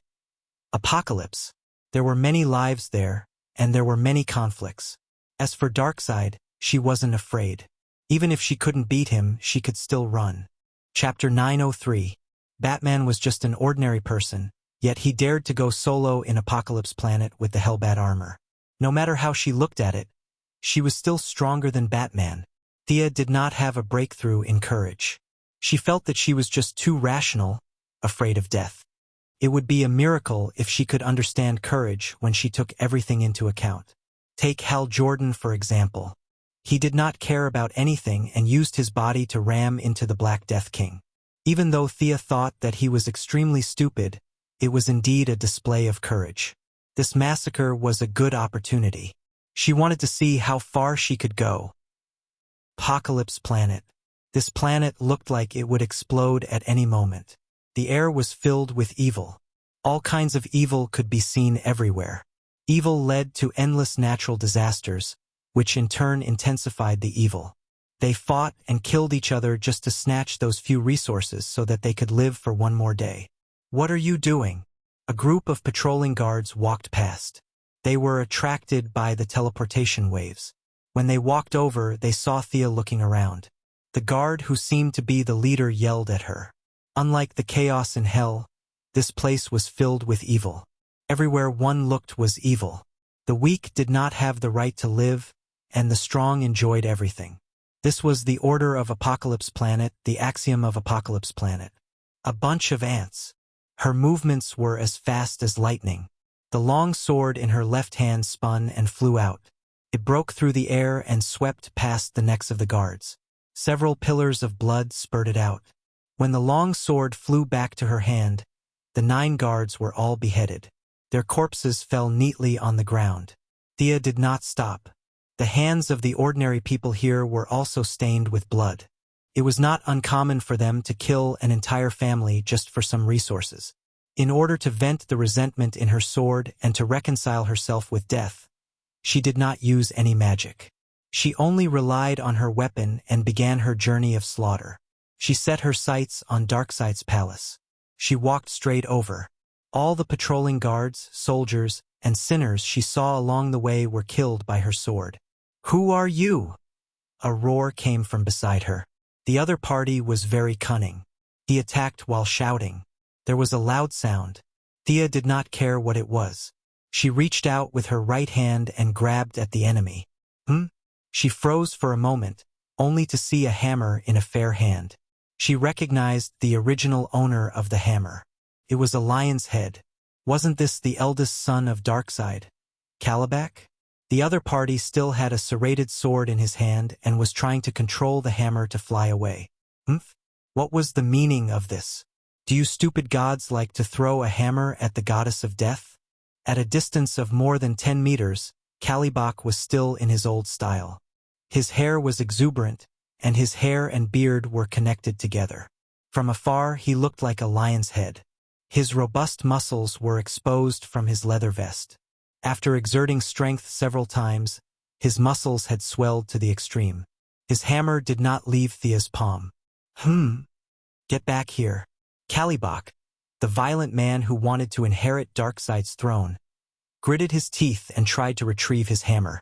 However, he was helpless. The weapon that had been used for hundreds of millions of years was firmly grasped. In his opinion, Thea's slender wrist was not even as thick as his finger. How was she able to grab the hammer? This is impossible. Since the person next door can do it, I can do it too. Thea said something that Kalibak could not understand. It was just a divine equipment. Even in the face of death, one had to bow their heads. His right hand exerted strength, and with a cracking sound, the hammer's surface was covered with fine cracks. Thea looked at Kalibak with a mocking expression. She clenched her hand and exerted strength. The divine equipment could feel its owner's strong will to resist, but it was like a weak woman who could not resist the corrosion of death. It only lasted for 2 seconds before the divine equipment's core was shattered. Such violent destruction of the divine equipment caused an unstoppable divine storm to sweep through everything within a radius of several hundred meters. There was a loud explosion, but Thea was prepared for it. A barrier blocked the aftershock, and she did not move at all. On the other hand, Kalibak was not prepared at all. His divine equipment was destroyed, and his mind was affected. The raging wind blew him more than 10 meters away, but this was nothing. He felt sorry for his divine equipment, but he was even more afraid of this seemingly powerful woman. Powerful just like his father, Darkseid. Even just standing there made him feel an enormous burden on his heart, as if he was looking at a natural enemy. I'm going to kill you. Kalibak kept encouraging himself. He was Darkseid's son, and he would inherit the throne in the future. He would conquer the new planet in the future. Suppressing his fear, he swung his serrated sword and slashed down. Thea looked at him calmly and gently blew off the dust on her black fingernail. Your hammer has too many impurities. Melt it down and make a new one. No need to thank me. He nimbly dodged the attack. Kalibak was fierce, but he did not have a brain. From Jakan to Darkseid and then to Kalibak, each generation was worse than the last. Kalibak landed on the ground and brandished his great sword as though he had gone mad. Slashing left and right, the violent winds accompanied by his immense strength destroyed the surrounding buildings. Many of the Apocalypse planet's commoners dodged, but even more took advantage of the chaos to rob and kill. Die! Die! Kalibak was not weak and he was strong. He could create hurricanes just by relying on physical attacks. However, in Thea's eyes, this fellow was full of openings. Idiot! Instead of retreating, Sia advanced. She easily found an opening and circled to Kalibak's back in the nick of time. She clenched her left hand and slashed behind him. This was a fantasy weapon made from the Black Death Scythe, and even a new god would not be able to block it. Sia's sword pierced a hole in Kalibak's body from the back, and the pitch-black sword tip pierced out from the front. Hee. Kalibak felt that his inexhaustible strength was suddenly cut off. He reached out to touch his wound and plug the hole that caused him to be so powerless. Thea pulled out her sword, turned around, and stabbed the back of his neck with the sword in her right hand. After that, she didn't even look back, leaving behind Kalibak, who had fallen to the ground like a lion. She slowly walked forward, occasionally revealing her snow-white feet from the hem of her gown. Although the ground was in a mess, it still didn't affect her pure and refined appearance. Her feet were spotless, and wherever she walked, a thick fog would appear. That was an extremely pure aura of death. She whistled as if nothing had happened, and her footsteps were steady as she walked forward. The god of death was different from others. Zeus's divine power could not be converted, and it could only grow through killing. The closer she got to the central area, the stronger the resistance. However, that was referring to the ordinary soldiers. In her eyes, there was not much difference between the ordinary soldiers and the elite soldiers. 2 long swords flew out of her hands, like 2 sawtooth flywheels, cutting all the soldiers in her path in half. Chapter 904. A large number of apocalypse demons flew out of their nests, and a large number of ground troops ran over from all directions, surrounding her. There were ferocious giants and strange species, but compared to the neat military formation on the new planet, the troops here were like a group of mobs. Some used chain hammers, some used axes, and of course there were even more who used laser weapons and lightsabers. The fluctuations that represented death affected the apocalypse planet's soldiers. Their muddled minds did not know what they were afraid of, and they subconsciously retreated. At this moment, someone shouted, "Kill!" All the soldiers realized their situation. If they did not move forward, they would definitely be executed. If they rushed forward, what if they did not die? One by one, they gathered their courage and rushed forward. However, only death awaited them. Thea could kill a few thousand of these soldiers with a single spell, but in order to be more compatible with death, she chose to use her weapon to kill them. The gladiator fights she watched a few days ago were very helpful, and her fighting experience had increased by a large amount. This was the perfect time to test it out. Flesh and blood splattered, and broken limbs and corpses paved a path of blood. Many soldiers rushed forward like a tide, but they were turned into corpses at an even faster speed. The efficiency was a bit low. Thea was a very lazy person, and it was very satisfying to slash like this, but it was a bit monotonous. With a whoosh, a black semicircular slash flew out from her sword, leaving behind 7 heads and 4 unlucky soldiers who were cut in half at the waist.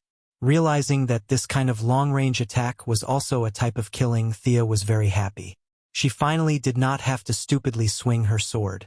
Sawtooth flying blade, crescent slash, and many other long-range attacks increased her killing speed by 30%. The death that had been entrenched around her began to wreak havoc irregularly. The 2 swords danced as if they were composing a symphony of death. The sharp and unparalleled long-range slashes drew heavy notes on the score. As long as one was cut by the sword, it was death. The soldiers did not understand the mysteries of death, and their last thoughts were, why did they die just from a cut on their arm? Clang!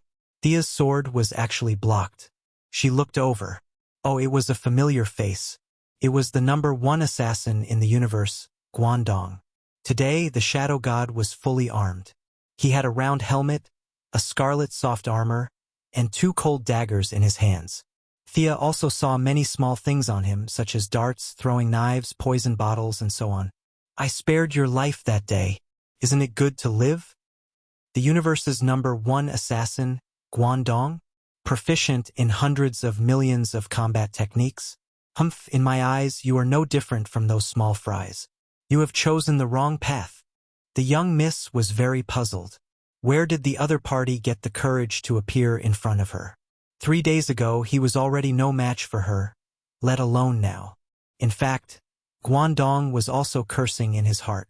There was no end to his bad luck. In order to get rid of the young Miss Trick, he had sought the help of the great warlock and his kind grandmother. The friendship of the Apocalypse Star was as cheap as paper. He had paid a huge price to get the 2 of them to help, and it had taken him 3 days to get rid of all the trouble.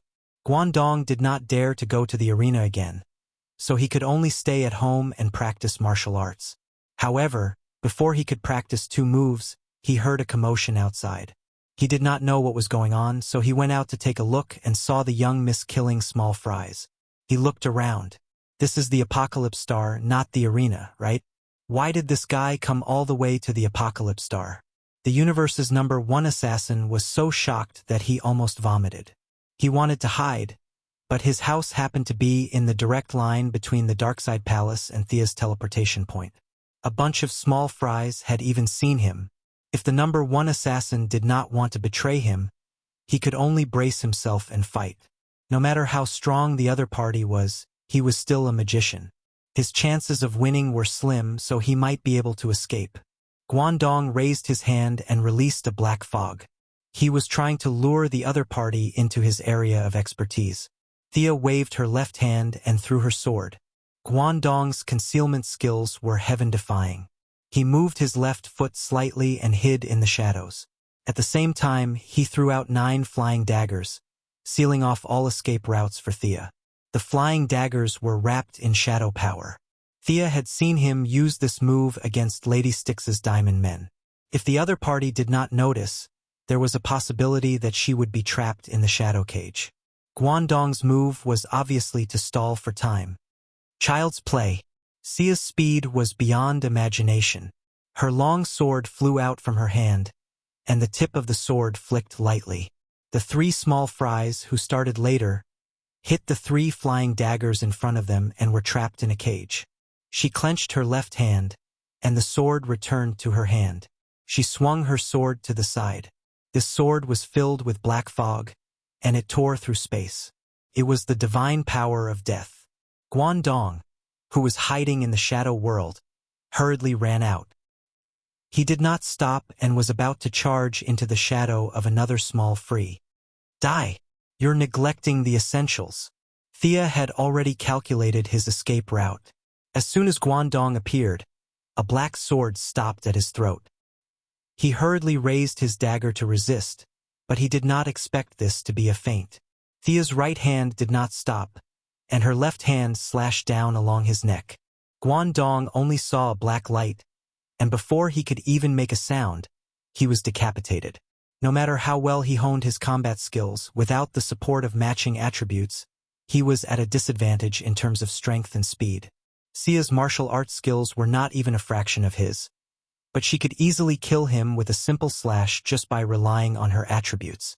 What was the use of learning so much? Thea was puzzled. If she had the time, it would be better to study her godhood. She shook off the blood on her sword and killed two new gods. The god of death was more and more satisfied with her. Thea experienced the passion of blood and fire outside, creating a killing feast with the characteristics of the Apocalypse Star. Her two old friends, the Great Wasteland Wolf and the Great Warlock Desard, looked at each other when they saw the image transmitted back. That's her. Am I seeing things? The Great Warlock had seen Thea twice before, but they had never fought in a real battle. They had been very far back then, and the young mistress had also changed her armor, so he was not very sure.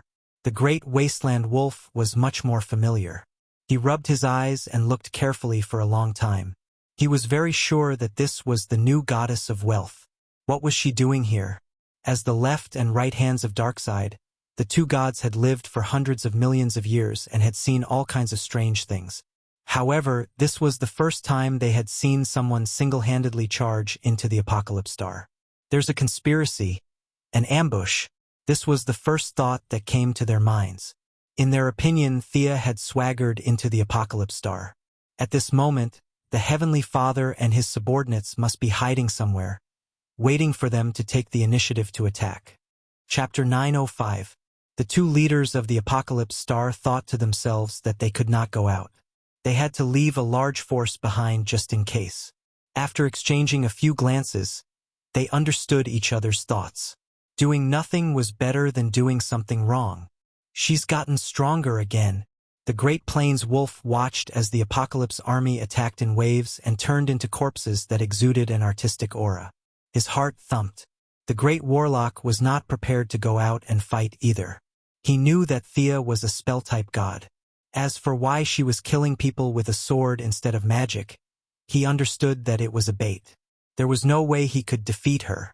Especially when he saw Guangdong being beheaded in 3 moves, he did not mention anything about fighting.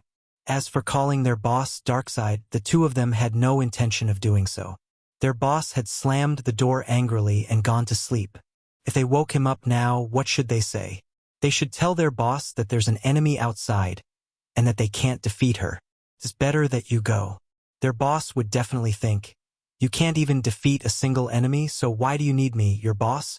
Why don't you just go and die? Darkseid was known for his bad temper in the multiverse. Thea's two old friends chose to sit back and watch. Or rather, they called for the rear command. However, after watching for 5 minutes, they could not hold on any longer. It was because Xia was too ruthless. Many of his subordinates reported that Kalibak was still alive, and Guangdong had died in battle. Even if the new god didn't die completely, he wouldn't be able to stand up again without 1,000 or 800 years of rest. The kind grandmother was vicious. She led her 3 Furies to ambush them from the shadows. However, in less than 20 moves, 2 of her subordinates were killed, while the other was heavily injured. If she had not run fast enough, she would have been killed as well. While they were in a state of panic, Sia was also a little worried. Her killing intent was vented, and the Death Divine Seat was becoming more and more compatible with her. Her cautious personality gained the upper hand once more. What about Darkseid? Why was he not out yet?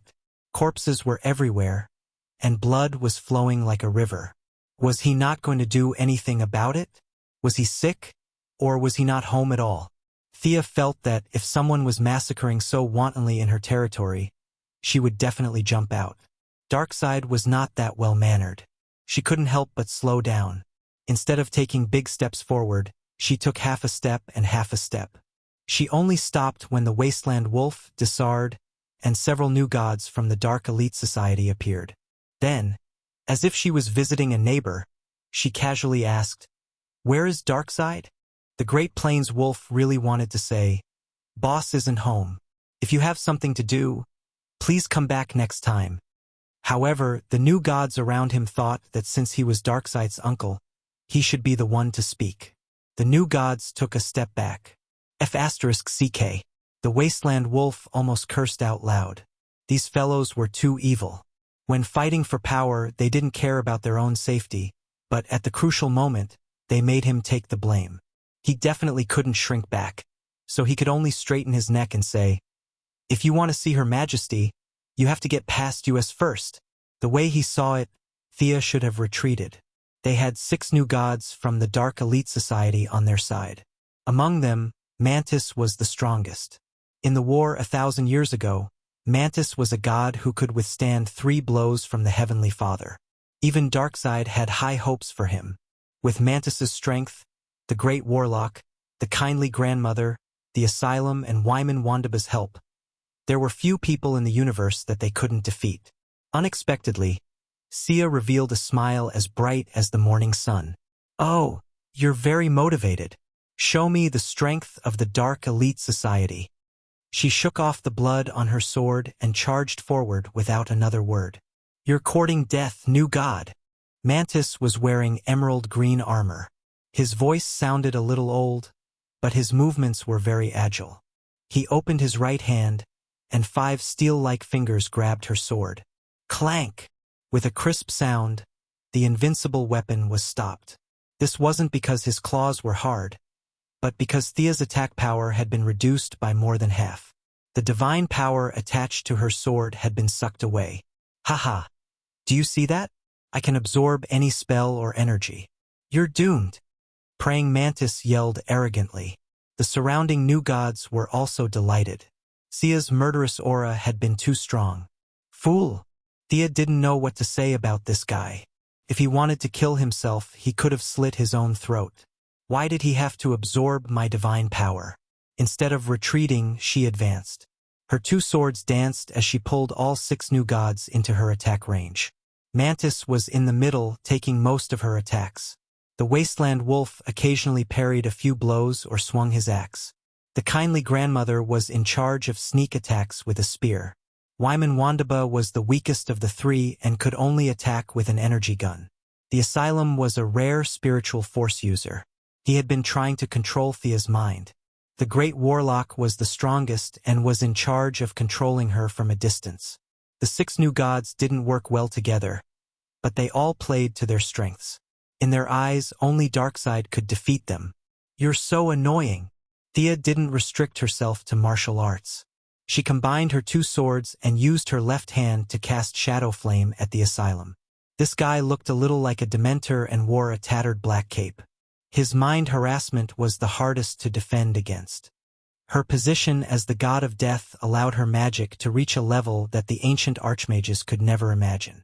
The flames that should have been dark red had turned pure black, and some human figures could be seen burning in them as nutrients. Those were the souls of the soldiers that Sia had killed before. Wyman Wandaba activated his energy shield without hesitation and dodged to the side. The Great Warlock also flashed away. The Asylum's ability was very similar to the Martian Manhunter's. He also chose to use phase shift in an attempt to avoid damage. However, he underestimated the effect of the combination of souls and death. Countless souls entered the subspace, and under his horrified gaze, he was forcefully pulled out. With this slight delay, the flames of death were already in front of him. Idiot! Mantis quickly attacked and jumped out of the battle. Relying on his ability to absorb all kinds of spells, he fearlessly stood in front of Darkseid and tried to take the hit for him. Mantis had only absorbed a small part of the death flame when he felt that something was wrong. His body seemed to have slowed down imperceptibly by half a beat. However, he didn't care and stubbornly believed that Thea's spells had the ability to slow him down. Ha ha! Thea let out a tinkling laugh. This guy said that others were stupid, but he was the stupidest of them all. Death wasn't magic, telekinesis, or spiritual force. There was nothing absolute in this world. There was also a limit to how much energy one could absorb. Mantis was a powerful new god. If an ordinary person did this, they would have exploded. Chapter 906. This kind of energy-absorbing physique is not bad. Take a look at this. Thea drew a few mysterious runes with her left hand. Suddenly, a giant river gushed out from the core of the apocalypse star that was covered in lava. The giant river flowed through her path of slaughter. Countless corpses were swept into the river, becoming nutrients for the river. At the same time, the river fed back a portion of its essence, causing countless souls to roar in anger. The wasteland wolf was the closest. The river rushed towards him. His axe was also a divine artifact. He waved his hand and wanted to cut the river, but he didn't expect a soul to flash out from the ripples of the river. The other party was skilled in dual-wielding daggers. One dagger blocked the axe, and the other dagger fiercely stabbed towards the left eye of the Great Plains wolf. Guangdong, you... The wasteland wolf was not shocked because his attack was blocked. After all, he had a huge battle with Superman on Earth, which caused him to lose more than half of his divine power. Now, he had less than 40% of his peak strength. Any person with a name would be able to exchange a few blows with him. He was shocked because Guangdong's soul was pulled out. With his soul here, his corpse would be useless even if he was left here for 10,000 years. He was completely dead. Guangdong was completely dead. The former #1 assassin of the universe still had his memories, but his soul was completely under Thea's control. The wasteland wolf automatically became his former comrade. The two daggers stabbed and hacked, one after another, causing the wasteland wolf to be battered and exhausted. If one was an exception, 3 definitely wasn't. Although the two Furies were fake gods trained by her kind grandmother, they were quite good at fighting. Sia didn't reject any of them. She turned them all into souls and pulled them up to continue fighting. The only regret was that Kalibak did not die. At that time, she had just obtained the god of death. Her control of her own power was slightly off. That sword did not kill him completely. When Thea realized that something was wrong, she did not turn back to kill him out of consideration for her demeanor. This allowed the lion head to keep his life. I'll return your body to you. She waved her hand and Guangdong's corpse stood up again. His head and neck were connected together again. His soul was also sent back by her with a wave of her hand. Her control of shadows had reached perfection. With a body and a realm, the source that had disappeared due to his death flew back. Guangdong became the shadow god again, but his faction changed from the apocalypse star to the death goddess. I'm sorry. I didn't want it to be like this. It's not personal, old chap. Guangdong's face was ashen without a trace of anger. As he spoke, he raised his 2 daggers and waved them at the Great Plains wolf. Thea did the same, and Lachina and Bernard from the Goddess of Vengeance were also resurrected by her. The 2 of them did not have divine positions when they were alive, so they could only be considered as false gods. After they died, their combat power decreased by a lot, but they were still much stronger than the average person. One of them held a lightning whip, and the other held a spear. Together, they attacked the kind grandmother. As for ordinary soldiers, they did not have such treatment. They could only participate in the battle as souls. From the Sea of Souls in Darkseid, to the River of Life in the Black Death Emperor, and now to the River of Death, she found that she liked water-type spells more and more. In contrast, Everyone on the Revelation Star hated water more and more. They could only use their precious god power to exterminate them. If there were only a few of them, it would be easy to handle. If there were too many of them, it would be a headache for anyone. Come and suck it. Don't hold back. Thea gestured to Mantis. Don't you like to absorb all kinds of magic and energy? I'll let you suck it. She even provided a door-to-door service. The giant river flowed around Mantis. Mantis was not a fool, and he had already realized the problem. The absorbed god power did not turn into his own power as usual. Instead, it was stored in his body and corroded part of his god power. You finally realized? Too late. Thea saw his expression and knew that this guy probably had a way to cut off his god power and get rid of the garbage in his body. Without hesitation, she cut off the connection between the god power and herself. Without the control of the real goddess of death, the god power of death went berserk. Level 80 pain might be a joke, but without control, the pain of the god power of death could not be withstood without a certain amount of mental preparation. Ah! Mantis felt a heart-wrenching pain from the depths of his soul, as if someone was stabbing his heart with a sharp knife. 1 time, 10 times, 1,000 times, 10,000 times. Everything happened in an instant. Mantis wished that he could faint, but his nerves were strong enough to keep him from fainting. Time and space seemed to have lost their meaning. Amidst the endless pain, Mantis only felt that everything was a blur, and he had completely lost his senses. Praying Mantis's body in the outside world fell into a sluggish state. The wasteland wolf slashed at Guangdong with all its might, forcing him to retreat. When it turned around to take a look, it was shocked. Why did this person suddenly roar and then stand there without moving? Was he dead? Unfortunately, he did not know much about magic. He hurriedly signaled the 2 mages, the Great Warlock and Asylum, to check on Mantis. In addition, he did not care about sacrificing himself and commanded the army to attack Sia to buy time for them. Even though he knew that the dead on his side would be controlled by Mantis, he could not care less. If there was no other way, he could only wake Darkseid up. They had lost too many men in such a short time. The Great Warlock was the god of pain. He could tell that Mantis was still alive, but in pain. Asylum was very good at reading minds. After a round of examination, he came to a strange conclusion. He seems to have entered a state of self-isolation. He did not understand why Mantis would seal his consciousness. However, he was not a good person either. Without hesitation, he threw away the tattered robe and turned into pure spiritual energy, entering Mantis's body. He had been eyeing this powerful body for a long time. Mantis's strength, speed, and endurance were among the best among the new gods. He also had a physique that could absorb magic and energy. If he added his spiritual energy, it would be a perfect combination. He had not found the opportunity before, but today he could take it. Taking advantage of the weakness of one's companion, he would rush forward and take a bite out of it. This was the revolutionary friendship of the Apocalypse Star. Unfortunately, he was too calculative. As soon as he entered Mantis's body, he discovered a problem before he could even experience the power within. Black flames were burning in his body, and the pain that reached his soul made him grimace in pain. He hurriedly ran out of Mantis's body at 3 times the speed he used to enter Mantis's body. He put on the black robe and vest again. Even though he reacted quickly, 1/5 of his spiritual energy, which was the foundation of his life, was burned away. Thea did not attack them as the wasteland wolf was privately chatting with her. If you don't retreat, I will wake His Majesty up. No matter what scheme you have, you will not be able to resist that invincible power.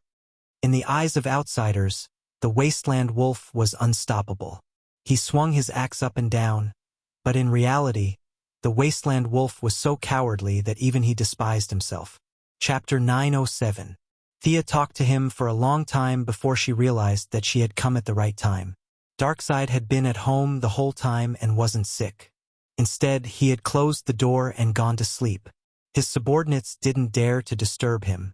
She didn't know whether to laugh or cry when she realized that this was the result. The Great Plains wolf looked like he would take her down with him if she forced his hand. This made Thea think twice. She had caught up to Darkseid with her powerful position as the god of death. Both of them were considered to be on the same level. However, if they were to fight, Darkseid would most likely have the upper hand. After all, she was still wary of the Omega effect. Thea's current level was roughly the same as Zeus's father's, just a little bit weaker than the blue fatty. She was already weak, and with the addition of these new gods, it would be even more troublesome. She still lacked the courage to throw caution to the wind. She sighed and glanced at the Great Plains wolf and the other gods. "I'll let you go this time. If Darkseid asks, tell him that the goddess of death is passing by today. If he wants compensation, he can come to the underworld anytime." Haha. With that, Thea swept up the countless souls in the river of death. A black door was erected, and a dark green passage led to another area. Guangdong and the two goddesses of vengeance took one last look at the planet that they had lived on for countless years. They shook their heads and walked in. Thea waved at the Great Plains wolf and stepped out of the Apocalypse planet. The gods on the Apocalypse planet looked at each other. Took them a long time to recover. The goddess of death? Wasn't she the goddess of wealth on the father's side? The Great Plains wolf was Yoja Khan's younger brother and Darkseid's uncle. He had lived for a long time. He knew what the goddess of death meant. Yoja Khan had several goddess of death, which was why Darkseid had wet his pants when he saw his father. Thinking about how he had lived for so long, it seemed like he had wasted his life. The Great Plains wolf sighed and ordered his subordinates to clean up the battlefield. The battlefield was relatively clean. The young mistress had taken away all the bodies and souls. Nothing was left behind. However, this didn't mean that everything would be wiped clean. It was better not to mention it and pretend that nothing had happened, because the number of people did not match up. Guangdong was gone, two of the Furies were gone, Kalibok was severely injured, and Mantis was also severely injured. Lunatic had put on his black robes again and was sitting on the ground with an unstable aura. As long as Darkseid was not blind, he would be able to tell that something was wrong. What to do? A question surfaced in his mind. As the Revelation Star's twin walls, he could only seek common ground while reserving differences with the Great Warlock. We defeated a strong enemy. Yes, although the sacrifice was not small. But after our life and death battle, we still won. That's right. That's it. They quickly exchanged opinions in the telepathic channel and applauded their own quick-wittedness. Regardless of how we won, whether we won with swords, or if we won with words, or if we used a tiger's skin to trick the enemy, at least we didn't lose. They were the ones with the greatest authority on the Heaven Enlightenment planet, and there weren't many of them left. Those who had defected, and those who were heavily injured were heavily injured. Whatever the two of them said was the truth. They arranged for their subordinates to clean up the battlefield. Several heavily injured gods still needed treatment. To prevent more deaths during the treatment, the Great Plains wolf ordered his subordinates to temporarily abandon the Revelation Star style and focus on saving the wounded. Thanks to the Great Plains wolf's efforts, Darkseid, who finally woke up 3 days later, didn't immediately notice anything unusual. He walked out with his hands behind his back and felt that the road was very clean. The muddy streets seemed to have been washed clean. However, his realm was indeed very high. Even though Thea had swept away the river of death and the Great Plains wolf had cleaned up the area twice, the strange smell in the air still made Darkseid uncomfortable. It wasn't the restlessness of the Revelation Star, nor was it the evil in energy. Instead, it felt a little calm. Darkseid's first reaction was that the Heavenly Father had sent a spy over to spread the Heavenly Father's theory that justice would always prevail and evil would never prevail over good. Guangdong, go investigate that residential area and see which old friend has come over. Darkseid elegantly pointed at a low building and gave his orders. He didn't know that this was where Thea had stayed the longest. However, after waiting for a few seconds, the number 1 assassin who should have jumped out of the shadows didn't appear at all. No matter where he was, he should have been able to hear Darkseid calling his name. High-speed teleportation in the dark plane had always been Guangdong's specialty. Guangdong had been waiting for Darkseid's call like a loyal dog for so many years. Where was he now? Darkseid, who had always been hot-tempered, was very unhappy. He roared at Guangdong again. However, the loyal dog didn't appear. Instead, the Great Plains wolf hurried over. Before the Great Plains wolf could finish his report, Darkseid exploded with anger. I haven't even done anything to her, and she actually dared to come to the Revelation Star alone. I'm so angry. Where did she go? Hell. Reorganize the army. I want to wipe out Hell. Darkseid was furious. Took Thea quite a bit of effort to enter Hell. Hades, Osiris, and the other old gods who lived in Hell couldn't openly object because of the rules. However, they still gathered a large number of necromancers, Dracolic, and evil gods to block her way.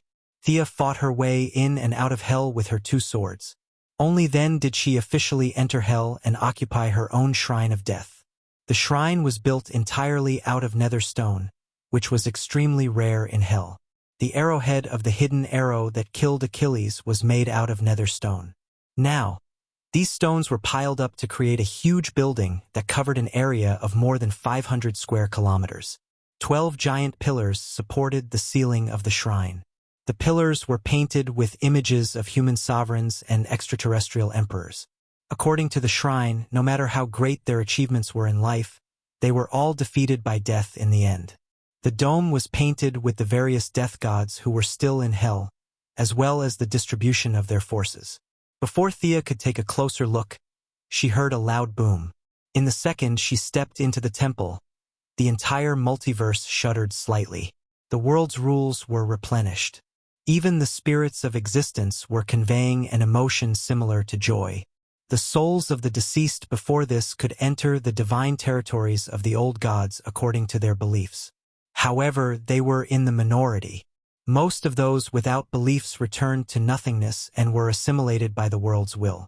A small number of them wandered into Hell. Now that Hell was officially online, the countless souls finally had a place to transfer and avoid being assimilated by the world's will. When Thea turned around and saw her first visitor, she was stunned. Red tights, pale face, and dark circles under his eyes. Why was this guy here? Huh? I'm dead again. Ah, boss, it's you. Haha, this is great. Chapter 908. The dead man, Boston Brand, looked around for a long time. He was intimidated by the majesty of the Death Temple. He was nervous. However, when he saw Thea's dark expression behind him, he laughed from the bottom of his heart. What are you laughing at? Why are you dead again? Do you think this is an online game where the first person to log in gets a reward? Do you dare to live for a few more days? Thea scolded him. The dead man told her his story, but there was nothing much to tell. He circled the white pigeon, Dorn Granger, every day. Then he was shot to death as a hero. Coincidentally, when he breathed his last on Earth, he entered the temple less than 1/10 of a second after Thea. According to the rules of the universe, when the underworld came online, the dead man was pulled into the underworld and brought before the young lady. Do you need me to revive you? I'm now the goddess of death. I can revive a few people every month. Thea probed. The dead man shook his head calmly. There's no need to revive me. As a living person, I can't protect Dorn. Only the dead can. This guy was destined to be like this. Thea sighed. As the first person to die in the underworld, you can travel between the 2 worlds as you wish. Go play with your white pigeon. She was not abusing her power for personal gain.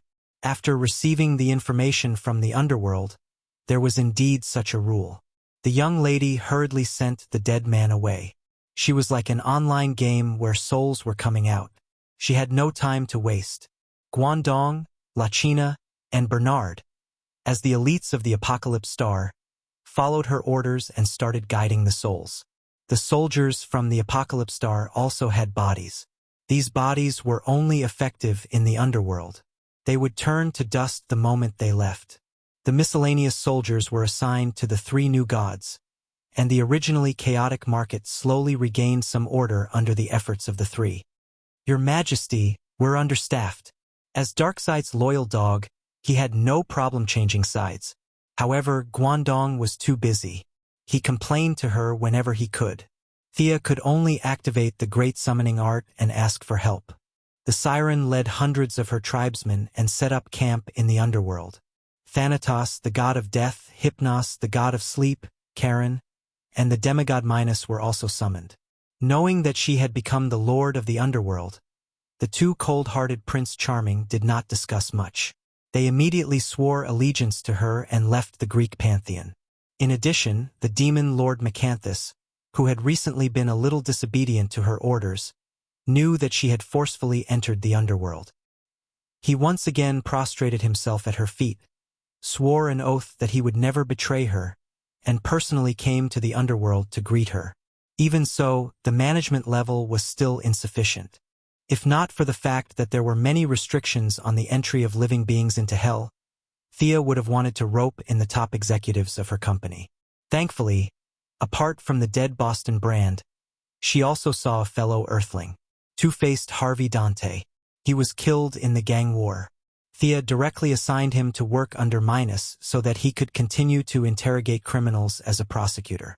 His expertise in psychology and his judgment speed was fast. Harvey Dante soon proved that he did not live up to his reputation as one of Gotham's elite. Relying on this group of new and old gods, demons and villains, Thea could finally take a breather and observe her own territory. The underworld was like an infinitely vast area. Her temple of the goddess of death was located in the center. Together with the surrounding barracks, workshops, and residences, these all belonged to her. It was roughly equivalent to 1/3 of the current area of the underworld. 2/3 of the outer area was densely distributed with territories. It had to be said that the people of Earth were blessed. The old gods that belonged to the people of Earth accounted for half of the territory. However, because they were not the only ones, some territories had a plural form. There was more than one underworld like Hades. However, the Hades that Thea knew was the most powerful. They could attack and swallow each other. Just like the Hades that Thea knew, he was the emperor of the underworld of Earth 1, Earth 12, Earth 19, and Earth 27. The Hades of Earth 2 was like an old man, while the Hades of Earth 3 was like a giant monster. However, some of the Earths did not develop Greek civilization, and some were even nuked. Her Temple of Death occupied 1/3 of the territory that belonged to the Earth civilization occupied 1/3, and the remaining alien civilization occupied 1/3. After studying the rules of the underworld for a long time, she sighed. As the boss, she was more like a nominal leader. She had no authority over those territories. The entire underworld was like a plate of loose sand. She had incorporated the brothers of the god of death and the god of sleep. However, their territory originally belonged to the underworld of Greek mythology. Now that it was occupied by Hades, Thea could not take it. Due to the restrictions of the rules, she was like the chief of a large tribe in a primitive society. She had no authority over these nominal subordinates. These rules were set during the creation of the world. Unless she was stronger than God, she had to follow the rules. What a joke! If I can be stronger than him, why would I want the underworld? She stood at the entrance of the temple with her hands behind her back and looked at a group of people busying themselves. No matter what, she was now a big boss of the multiverse. She sent Guangdong, who was quick to act, to the various death territories. Your chief is short of manpower. Send people to help. The various death gods were all unwilling. The weaker ones had no choice but to come. The average ones tried their best to shirk the responsibility. Even the stronger ones did not allow Guangdong to enter. Thea had been educated by the best politicians on Earth. After studying for a day, she finally found a loophole in the existing rules. She called Guangdong over and whispered a few words to him. Then, she sent the first assassin to carry out her orders. As expected, 3 days later, the Egyptian gods, whose overall strength was second only to Hades, suffered a calamity. The god of death, Anubis, cried like a dog and ran to her temple to ask for help. Your Majesty, Darkseid is too ruthless. My father has fallen. Anubis wailed. Part of it was acting, but part of it was real. Thea, who had won an Oscar for her acting skills, quickly asked for more details. She buried Guangdong, who was a top-notch concealer from the Longsword faction, in Egypt. The furious Darkseid led his army to the gates of the Egyptian death territory. Seeing that it was full of undead, he attacked without hesitation. Even though the Egyptian death gods resisted with all their might, they were still defeated by the Apocalypse demon army. This time, Darkseid fought in his true form. He directly faced Osiris, who was famous among the 9 pillar gods of Egypt, and gave him a good beating. Then, he used his Omega Ray to destroy the god's corpse. Uncle Da finally vented his anger. He thought about how it was not safe for him to fight in his true form. Furthermore, he had brought his army with him. There were only a few remaining soldiers at home. Fearing that the Heavenly Father would ambush him, Uncle Da searched the underworld of Egypt. Only then did he return to the Apocalypse planet. Chapter 909. Seeing that Osiris had been killed, the current god of death, Anubis, who was in the midst of a battle with the Great Plains wolf, did not linger in the battle. Horus's elder brother did not stop for a moment and immediately rushed to Thea's side to ask for help. Thea laid out the facts and reasoned with him. You see, Darkseid is powerful, right? Darkseid is not to be trifled with either, right? I'm new here, and I'm facing a lot of difficulties. Besides, I can't defeat him. When Anubis asked her what she could do, Thea finally revealed her purpose. Unite. Only by uniting can we resist Darkseid and his evil army. For the next 10 days, Anubis acted as the front line while Guangdong acted as the spy. They spread the news that Darkseid was a threat. Some believed it and said that they would unite around the goddess of death to resist the atrocities. Some did not believe it, but when they saw Anubis's miserable state, they had no choice but to believe it. Darkseid, the evil lord, would not let the living go. He would not even let the dead go. This was outrageous. The soldiers of the former Apocalypse Star and the 2 fake gods, the goddess of vengeance, went to the streets and alleys to spread the news of Darkseid's atrocities. Their stories were full of blood and tears, and everyone was in danger. At the critical moment, Thea stood up bravely and said, "No!" to Darkseid in a low voice. On the 20th day of her arrival in Hell, the alliance against Darkseid was officially established. In order to thank their boss for stepping forward bravely, a bunch of members who had money and strength put in effort. A lot of resources were thrown in, and the Death Goddess Shrine finally had a new look. Guangdong continued to work as an intelligence officer, while the 2 goddesses of vengeance, Lucana and Bernard, became Thea's bodyguards. The god of sleep and the siren were in charge of the daily work of the temple. Minos was promoted to be in charge of all the soul trials, and Two-Face was his assistant. This was a huge workload, and Thea was dizzy from the workload. Not all souls could be reincarnated. According to her division, those who were virtuous would be reincarnated first, and those who contributed to the race would be reincarnated first. Even if they were only reincarnated with 1% of their previous abilities, they would still have a higher starting point than the new souls created after being assimilated by the will of the world. This was the purpose of Hell. It was to establish a virtuous cycle that would make the multiverse better and better. The old man Karen was still doing his old business, collecting dirty money. There was no need for him to row the boat here. He was only responsible for selling the resurrection slots. Just as Thea and Boston Brand had said, the Lord of the Underworld had the resurrection quota. This quota was different from the resurrection of the White Lantern. Those who were resurrected would forget their experiences in Hell. It wouldn't be appropriate to give it to anyone. She would just give it to Sharon and sell it. After all, she was still the goddess of wealth, so she couldn't be biased. Thea had even thought about it. If Quarren caused too much public resentment, she would decide based on the situation. She would either confiscate his assets or chop his head off. Collecting dirty money was one thing, but normal transactions also needed to be handled. As the leader of Hell, she couldn't tolerate the fact that she wasn't the wealthiest person here. Coupled with the fact that Hell was filled with a deathly aura, and the fact that all of the death gods were holed up in their own homes meant that there was a lack of cohesion. Thus, she immediately brandished her banner and began to conduct business on a large scale. The specialty of Hell and the specialty of the material world were transported to Hell, and the specialty of Hell also flowed into the 2 areas mentioned above. Several human businessmen and economists who had just died, under the leadership of the demon lord Macanthus, carried out economic promotion, development, and trade activities with Hell's characteristics. In order to attract a large number of necromancers to her side, she also established Hell's magic network. In just 10 days, thousands of necromancers, more than 50 great liches, and more than a dozen dragon liches came to join her. The growth rate was very fast, and Hell's military force could be considered to have taken shape. After sorting out a bunch of miscellaneous matters, Thea sat down steadily. Only then did she realize that she had been away from home for more than 3 months. The affairs were handed over to several subordinates, and the young lady directly set off for home. The Heavenly Father didn't restrict her authority to use the mother box, which meant that both sides were reevaluating their relationship. However, it wasn't good for kings to meet and discuss directly. Some probing work was still needed. Thea didn't care about those trivial matters.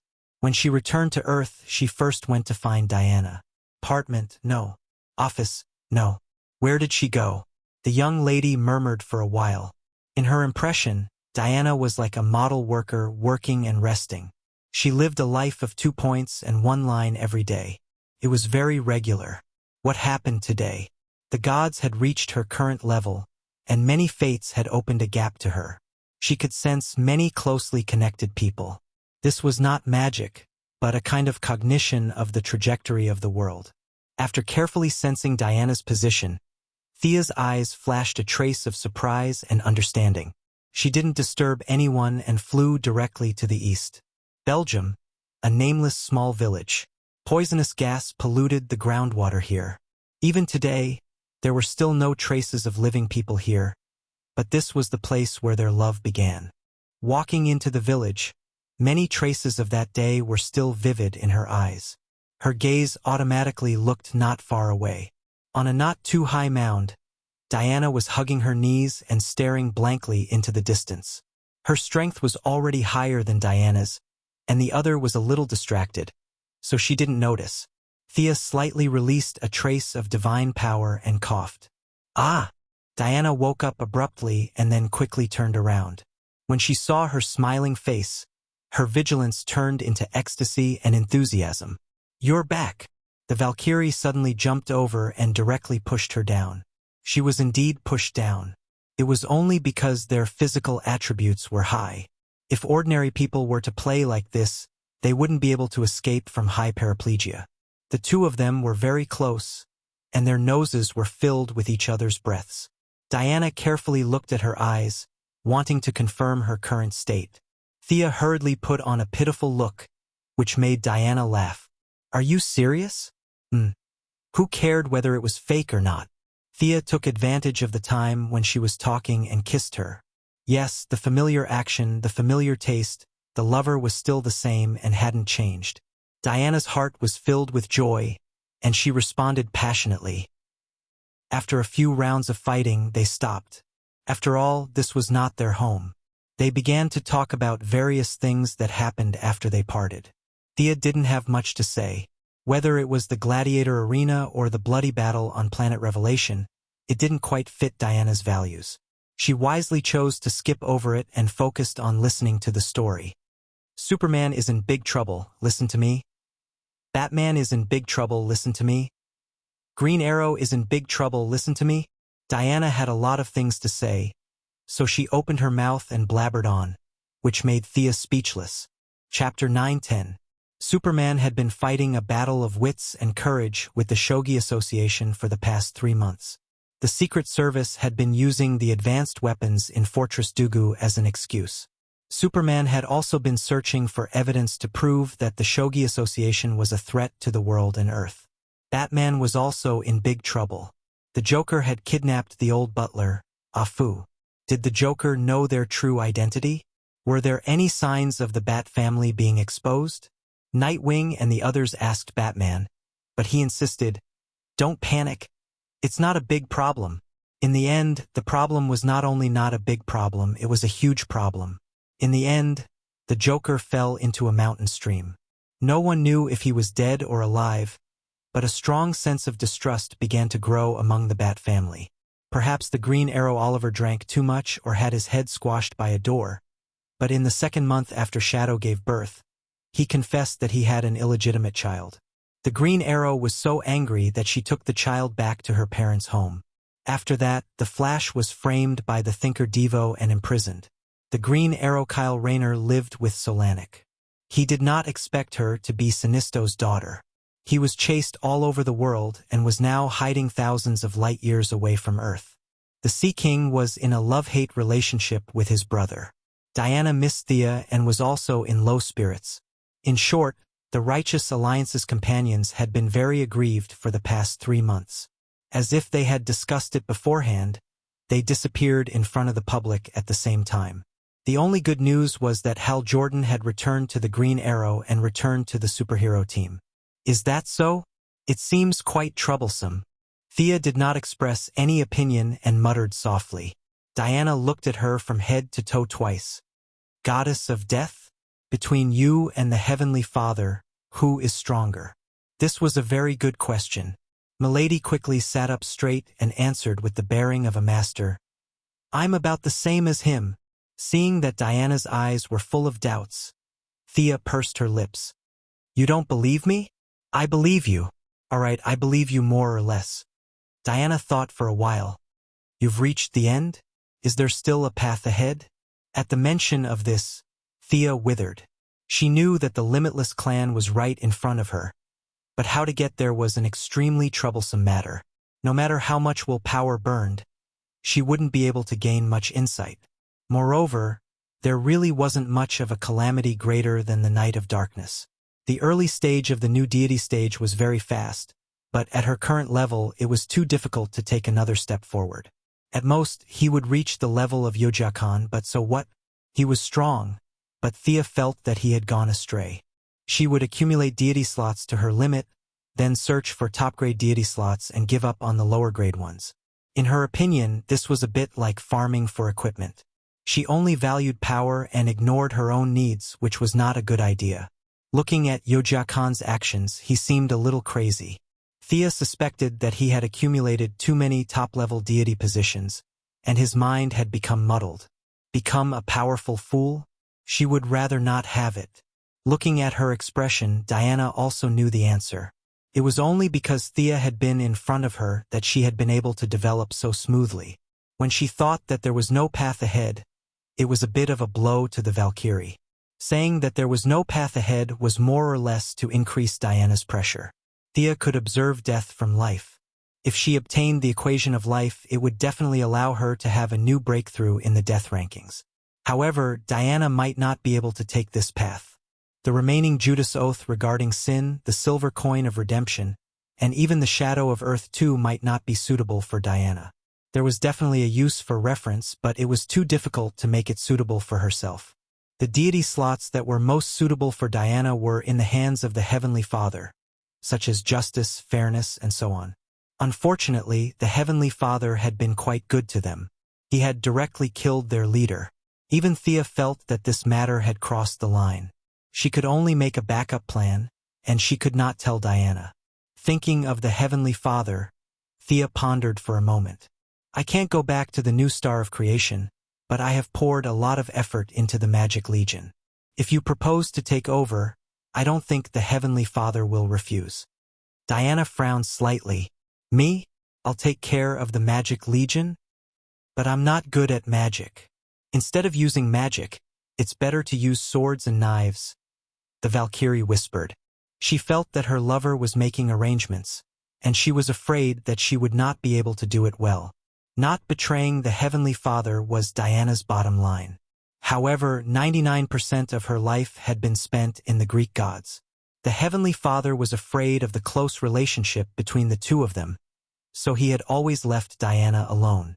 In general, her loyalty to the new star of creation was not high. She was more restrained by her personal moral standards. Thea patted her shoulder casually.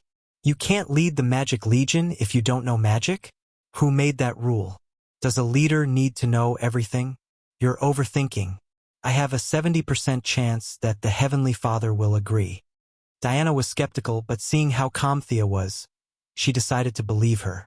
In less than half an hour, she had made a round trip through the sonic channel. You look like you've succeeded? Thea looked calm. You've discussed it with each other? How could that be? It's just to make the multiverse more stable. In a confrontation between two extremes, the multiverse could be destroyed if one was not careful. The tripartite balance could be maintained as long as both sides were wary of each other. If Thea was independent from Darkseid, given Darkseid's violent temper, he would definitely gather his forces to destroy her first. However, the Heavenly Father would not. He was righteous and far-sighted. He was more concerned about the safety of the universe. Allying with Thea to fight against Darkseid would be beneficial to him. However, as the goddess of death, she could not be too biased. This was why she wanted Diana to take over the Magic Legion. It would be convenient for her to serve as a bridge between the two sides in the future. I don't understand your schemes. Diana scratched her face and thought for a while. She seemed to understand a little, but there was more that she did not understand. So cute. It was rare to see such an expression on her face. Thea felt as if she had found a treasure. She took out her phone and snapped a photo with a speed comparable to the Flash. Dark history. Dark history. Then, she uploaded the photo to the server at lightning speed. Diana knew magic well, but when it came to modern science and electronic devices, she was a weakling. Diana was not slow. She snatched the phone and opened the photo. She looked at it. In the photo, she looked dazed and confused. Ah, Thea Quinn. I'll never forgive you. They ran back and forth in the small village like ordinary people. Naturally, there was another round of interaction. Sia, whose strength had greatly increased, finally gained the upper hand. Even though Diana organized several counterattacks and tried to regain the initiative, she was always defeated by the powerful attacks. However, the young lady had underestimated Diana's persistence. Chapter 9:11. In the dead of night, in the camping tent, Sia was awakened by the sound of ka-ka. She saw Diana taking a series of photos of herself with her mobile phone. After taking more than 10 photos in a row, she raised her head and put it away proudly. Taking pictures in the middle of the night. Ah, you're taking pictures. Thea murmured sleepily. She suddenly realized that something was wrong. With her current appearance, people would believe that she was a scavenger goddess, let alone the goddess of death. She was still beautiful, but she wasn't wearing any clothes. Delete it. Your phone is not secure. If it's cracked by hackers, you'll be in trouble. Hearing her serious words, Diana's eyes moved as if she was thinking about whether what she said was true or not. There are so many hackers on Earth, such as Batman, Luther, and so on. She began to pour dirty water on Thea. Diana was an honest person. Oh, then I'll give it to you. You can delete it. But when she saw the flash of joy in Thea's eyes, she knew that she was fooled. The two goddesses fought with each other again. In the end, the goddess of death gained the upper hand. Giving Diana a taste of her own medicine, he took more than 10 photos of Diana, who didn't sleep and got up in the middle of the night to secretly take photos.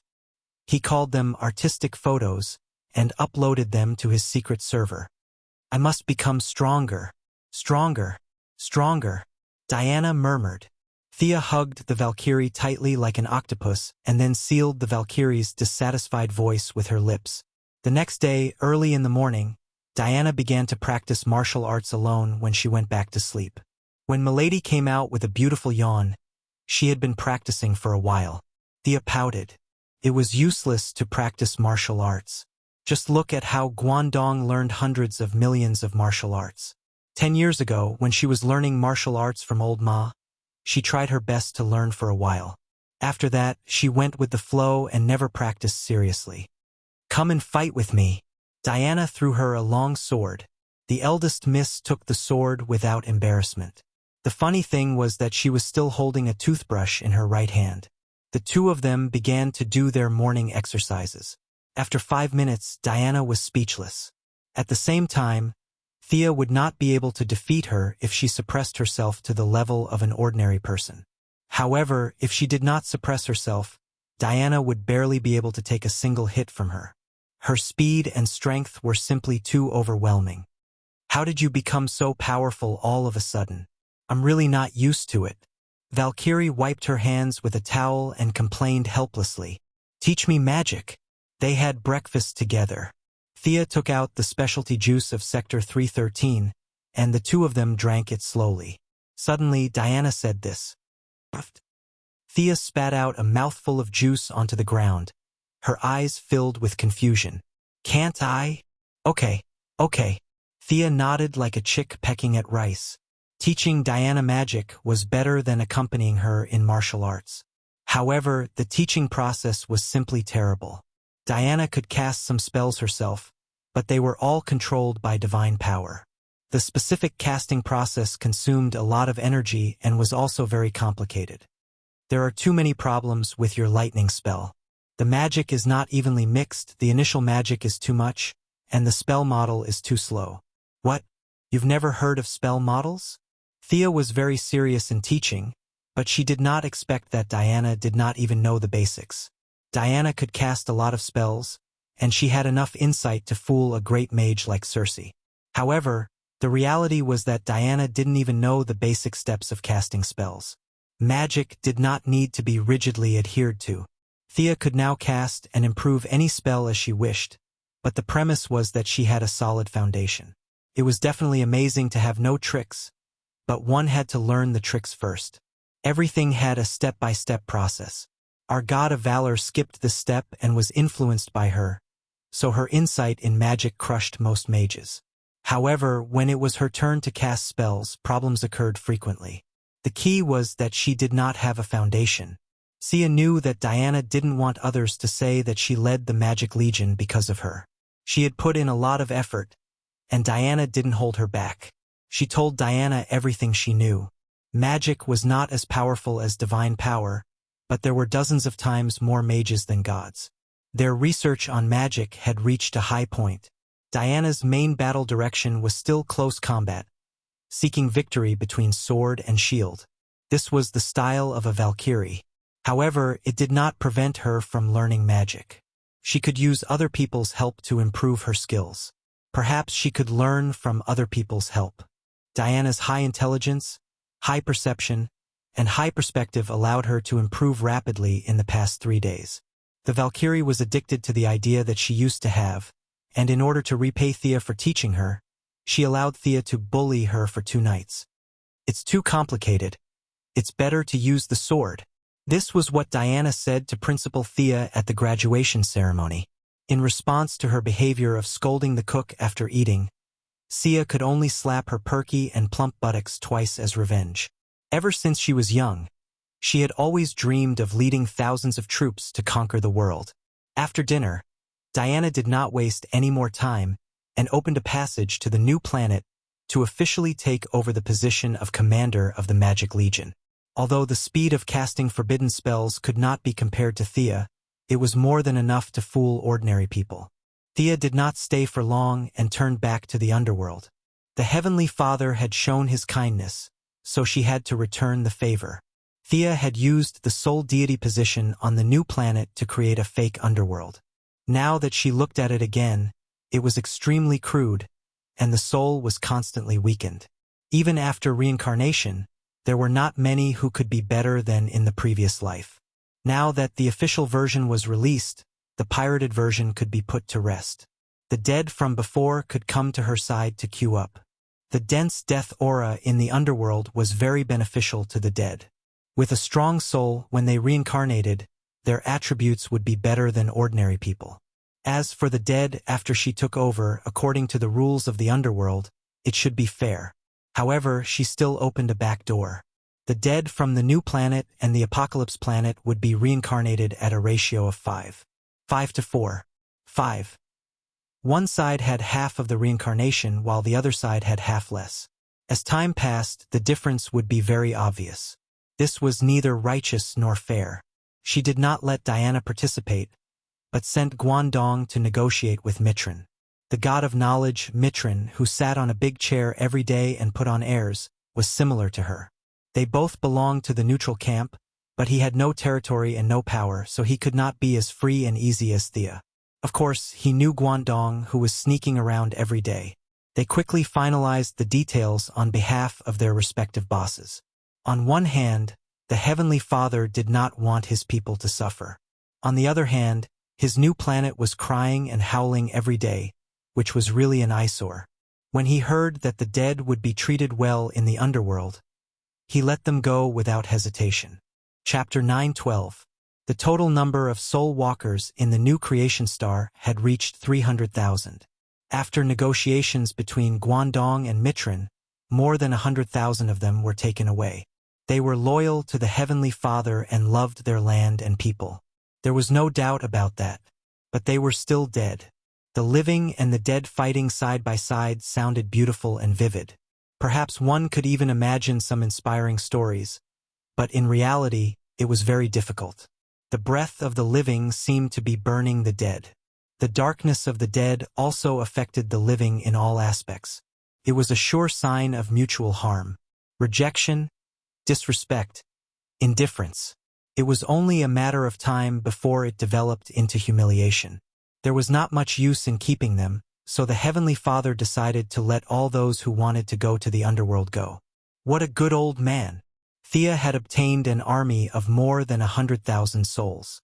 After listening to Guangdong's report, she could not help but sigh. She could not bear to hurt such a charismatic leader for Diana. After arranging all the matters, she returned to Earth and prepared to visit her mother. She did not expect to see Damien's email as soon as she returned to Earth. She read it briefly. The other party only asked her to call back. Why was the naughty child looking for her? She called back. Damien did not treat her as an outsider at all. Perhaps mother gave me life, but he taught me how to live. Listening to Damien's emotional words, Thea also thought of Malcolm. Her father was not as great as Batman, but he was worthy of being a father. You're worried about his safety, so you want to make an armor as a birthday present for your father? I understand. Leave the rest to me. It'll definitely be strong and safe. Thea put down the phone and thought to herself.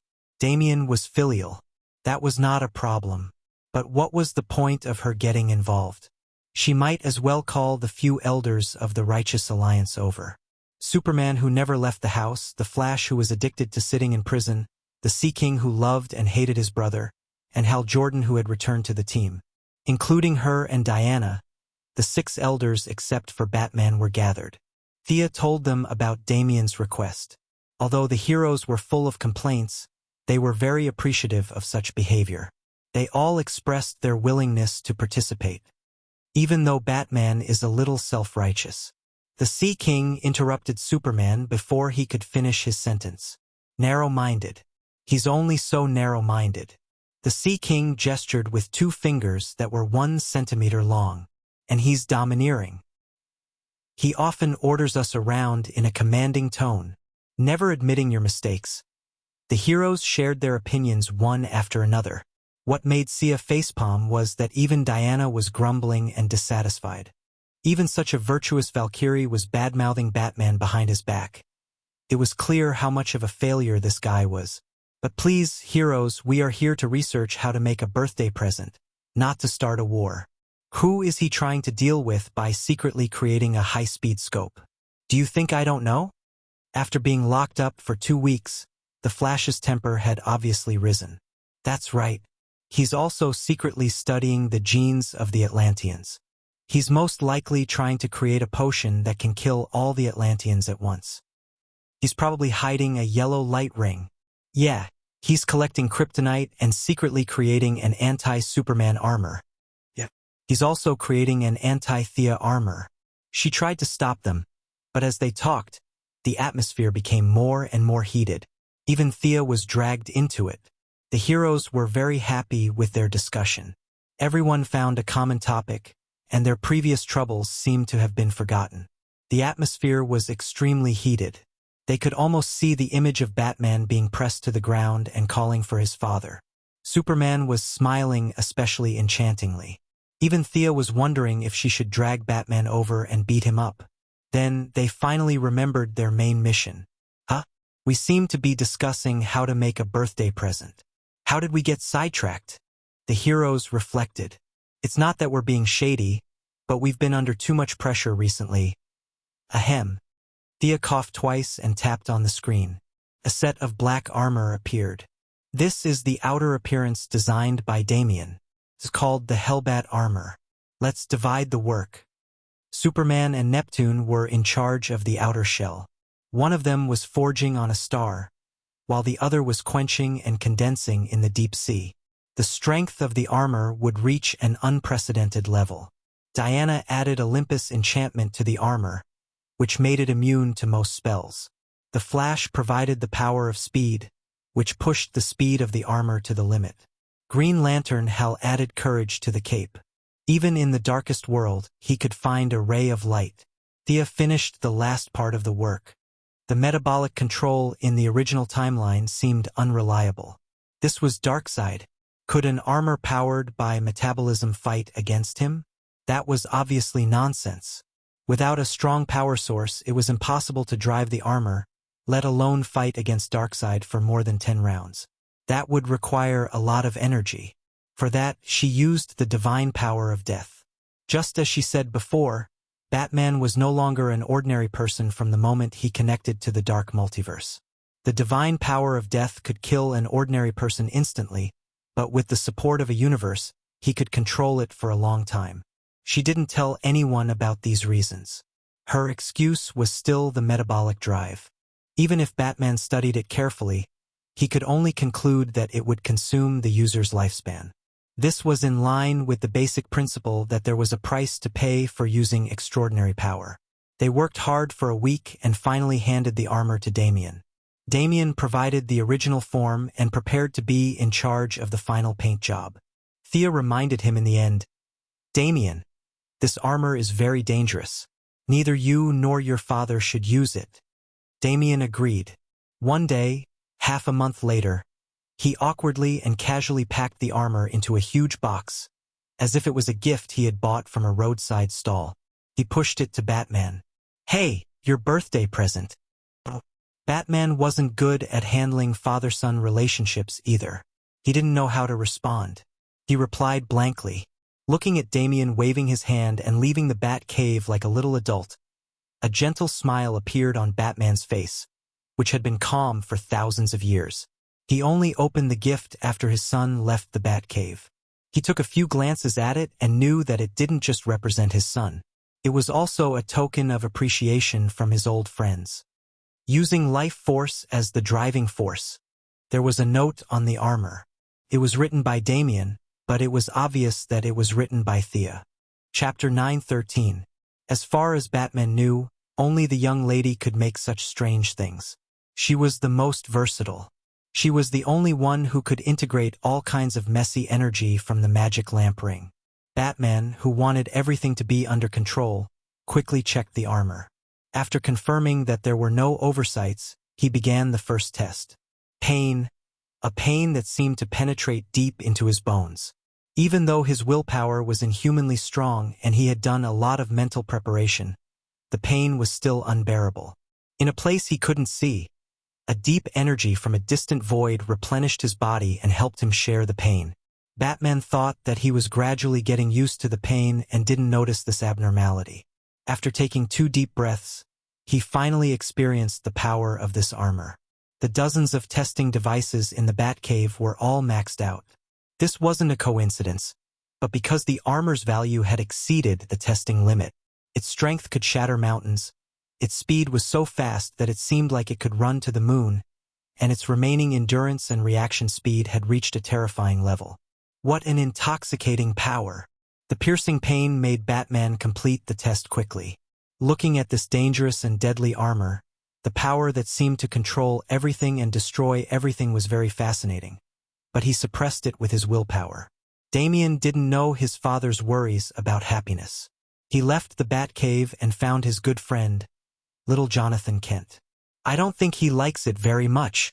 When his friend asked about his birthday present, Damian said with uncertainty, "How can that be? I gave my dad a fountain pen last year. He was so happy that he jumped. No, he flew." Little Jonathan looked like he was very experienced. Then, he suddenly realized something. "What did you give him?" Damian's eyes widened, and his face fell. "A fountain pen? That thing can be a present? The materials of my present alone are worth $1 billion, not to mention the cost. It's the kind that money can't buy." Your dad was so happy that he jumped up. Actually, my dad almost jumped up too. But he was in pain. The two half-grown children studied it for a long time, scratching their heads in confusion. They could only say that they didn't understand the world of adults. Just as they were about to return to their respective homes, they saw a large truck speeding past in front of them and quickly disappearing from their sight. Chase after them. Damien pulled little Jonathan and ran forward. Is Robin also responsible for traffic accidents? Idiot. There's a magic reaction in that car. Damien transformed into a cloud of black smoke and quickly chased after him. Little Jonathan's ability was intermittent, but after being stimulated by the Blood Brothers in the Sahara Desert, he seemed to have stabilized a lot and could maintain a relatively elegant flying posture. As the second generation of famous bears, they had been influenced by what they saw and heard, so they were very methodical in their work. They would not lose track of a suspect, nor would they be discovered because they were too close. The truck quickly left the city and drove into the country roads, creating a lot of obstacles for them to follow. When they caught up with it quietly, the truck had been parked in front of an auto repair shop for a long time. Don't go any further. Damien pulled little Jonathan back. There's a very powerful magician in there. Other than Sister Sia, I've never seen such a powerful magician. The two brats stopped in their tracks. Little Jonathan wanted to use his supervision to investigate, but Damien stopped him. This won't work, that won't work. Do you have a solution or not? Little Jonathan was a little dissatisfied. Calm down. We need more information. Why should I listen to you? I'm older than you, so you have to listen to me. I'm tall. You should listen to me. The two lowered their voices and bared their teeth as if they were going to eat each other. They quickly quarreled. Damien finally decided not to use supernatural powers and use technological means to investigate. In terms of atomization technology, Thea's methods had long been surpassed by the Atom Men, but Damien had gotten a lot of nanomachines from Thea, so it was not a problem for him to do some investigation. The image was quickly transmitted back. A man as strong as a lion was half sitting and half lying on the side. He seemed to be injured and was now barely able to sit up to prevent himself from falling. Opposite the man stood a very seductive woman. There were 7 or 8 strong-looking men, some in suits, some with tattoos all over their bodies. They were obviously ordinary people, but at this time, they were all lying in a pool of blood with their heads cut off. The murder weapon was a serrated sword in the lion's hand. How dare they kill people? Little Jonathan's voice was very angry. After returning to his parents' side, he had gained a lot of understanding of this world. Unlike the wasteland world, anyone who casually killed in this world was a bad guy. This was the idea that Superman and Louise had instilled in him. Don't get so worked up. Those people are already dead. Let's see what they're going to do. Damien's worldview was relatively intact. He was born in the League of Assassins. After that, neither Thea nor Raven were saints. Even though he respected his father, he did not think that killing people was a terrible thing. How long will it take for your injuries to recover? The woman asked a little impatiently. If it's just ordinary people of this level, then it will take more than 10 million lives to replenish my divine power. The lion man seemed to be very tired and spoke a little slowly, which was completely incompatible with his big body. The woman laughed sarcastically. Kalibak, you don't think the two goddesses will let you kill 10 million people in their home without doing anything, do you? She did not mention their names, but the lion man still felt his heart palpitate. You don't have to test me. One of them is in the new creation planet, and the other just returned to the underworld. I have my sources of information. Don't play around with your little charm in front of me. Circe, if you still want to join the new gods, then you must continue to find sacrifices for me. My injuries can only be healed by massacring. Circe shook her head with a playful expression. Those who don't know would think that you're the god of massacre. You're actually the god of torture. How impressive. If you don't want to go back to the underworld and wag your tail to beg for mercy, either find a large number of lives for me to kill, or send me an old god. This is your mission. Go, I still need to sleep. Kalibak hung up the call after saying that. The figure of the car repair factory turned into pieces and disappeared in midair. What's there to be impressive about? It's just that you have a father." Cersei was so angry that her face turned pale. She waved her hand and several flames flew out. The broken bodies on the ground were all burned into charcoal. Only then did she take a step forward and leave the scene. It was not until the surroundings fell into silence that the two young heroes came out after a long while. They did not know who Caliban was, nor did they know Cersei. However, they checked the scene carefully. Chapter 9:14. The corpses were burned to ashes, but as the son of a famous detective, Damien could always find some clues. The truck driver from before was also one of the dead. However, without exception, they were all tortured to death. There were no signs of resistance on the ground either. It was as though they were tortured to death without any resistance. This is just a temporary noodle restaurant. Everything is normal except for these corpses. Little Jonathan used his supervision to observe the surroundings. Seduction spell. A very powerful seduction spell. The targets chosen are all strong men. They have different occupations, such as drivers, lawyers, and gang members. It seems that the man was seriously injured, so he's going through some kind of ritual to recover? Damien also made his own deductions.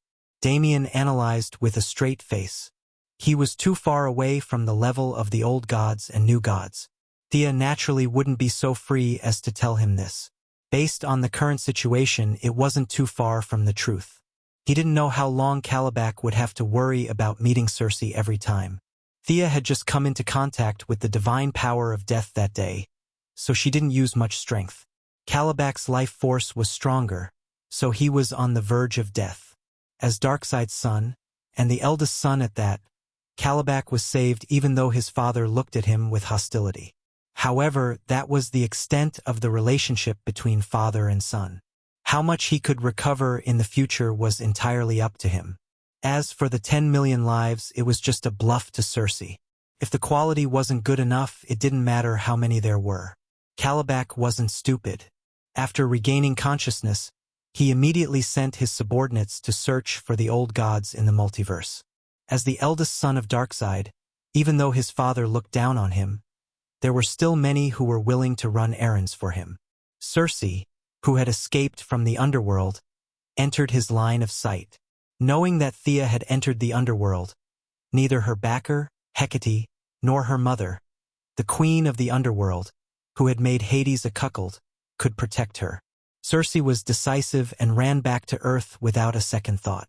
She couldn't walk the path of the old gods, so she could only look for the path of the new gods. Coincidentally, Caliban's subordinates found her, and they hit it off. Cersei would help him find an old god to restore his divine power, and Caliban, as the self-proclaimed heir of Darkseid, promised to accept Cersei into the new gods faction. Their alliance was weak and had no guarantee, but under the strong pressure of the eldest miss, the two of them were still united. Caliban wanted to never step into this universe again. It would be much better to slaughter in another parallel universe. It would be safer and less troublesome. However, he was the eldest son of Darkseid. He could not say that he was afraid in front of the evil lord. He could only brace himself and stir up trouble. He needed to show that he wasn't afraid of him at all, even though he had defeated him in one move. It didn't matter if others believed him or not, as long as Darkseid believed him. Fortunately, Darkseid knew what he was capable of and asked him not to lose the title of the Apocalypse Star. He didn't say anything like, "Bring your head to see me," or "Die hard." Caliban's luck was really good. He had chosen a time when Sia and Diana were not around to come to Earth. Then he had found Cersei, a guide, to help him. He was on tenterhooks as he wreaked havoc on Earth just to prove his bravery. Cersei's charm was ineffective on him, but she was a beauty after all, so it could at least ease his mood. Otherwise, he was afraid that he would faint from the psychological pressure before he could even say a few words. Cersei, the other person he was dealing with, was a narrow-minded person. She felt that everyone was narrow-minded. She didn't know that Diana didn't take her seriously at all. The eldest miss was so busy that she didn't care about her at all. Cersei was scaring herself. She was so paranoid that even the slightest sound was an enemy. Caliban would occasionally show his face on Earth to prove that he wasn't a coward. Cersei couldn't do that.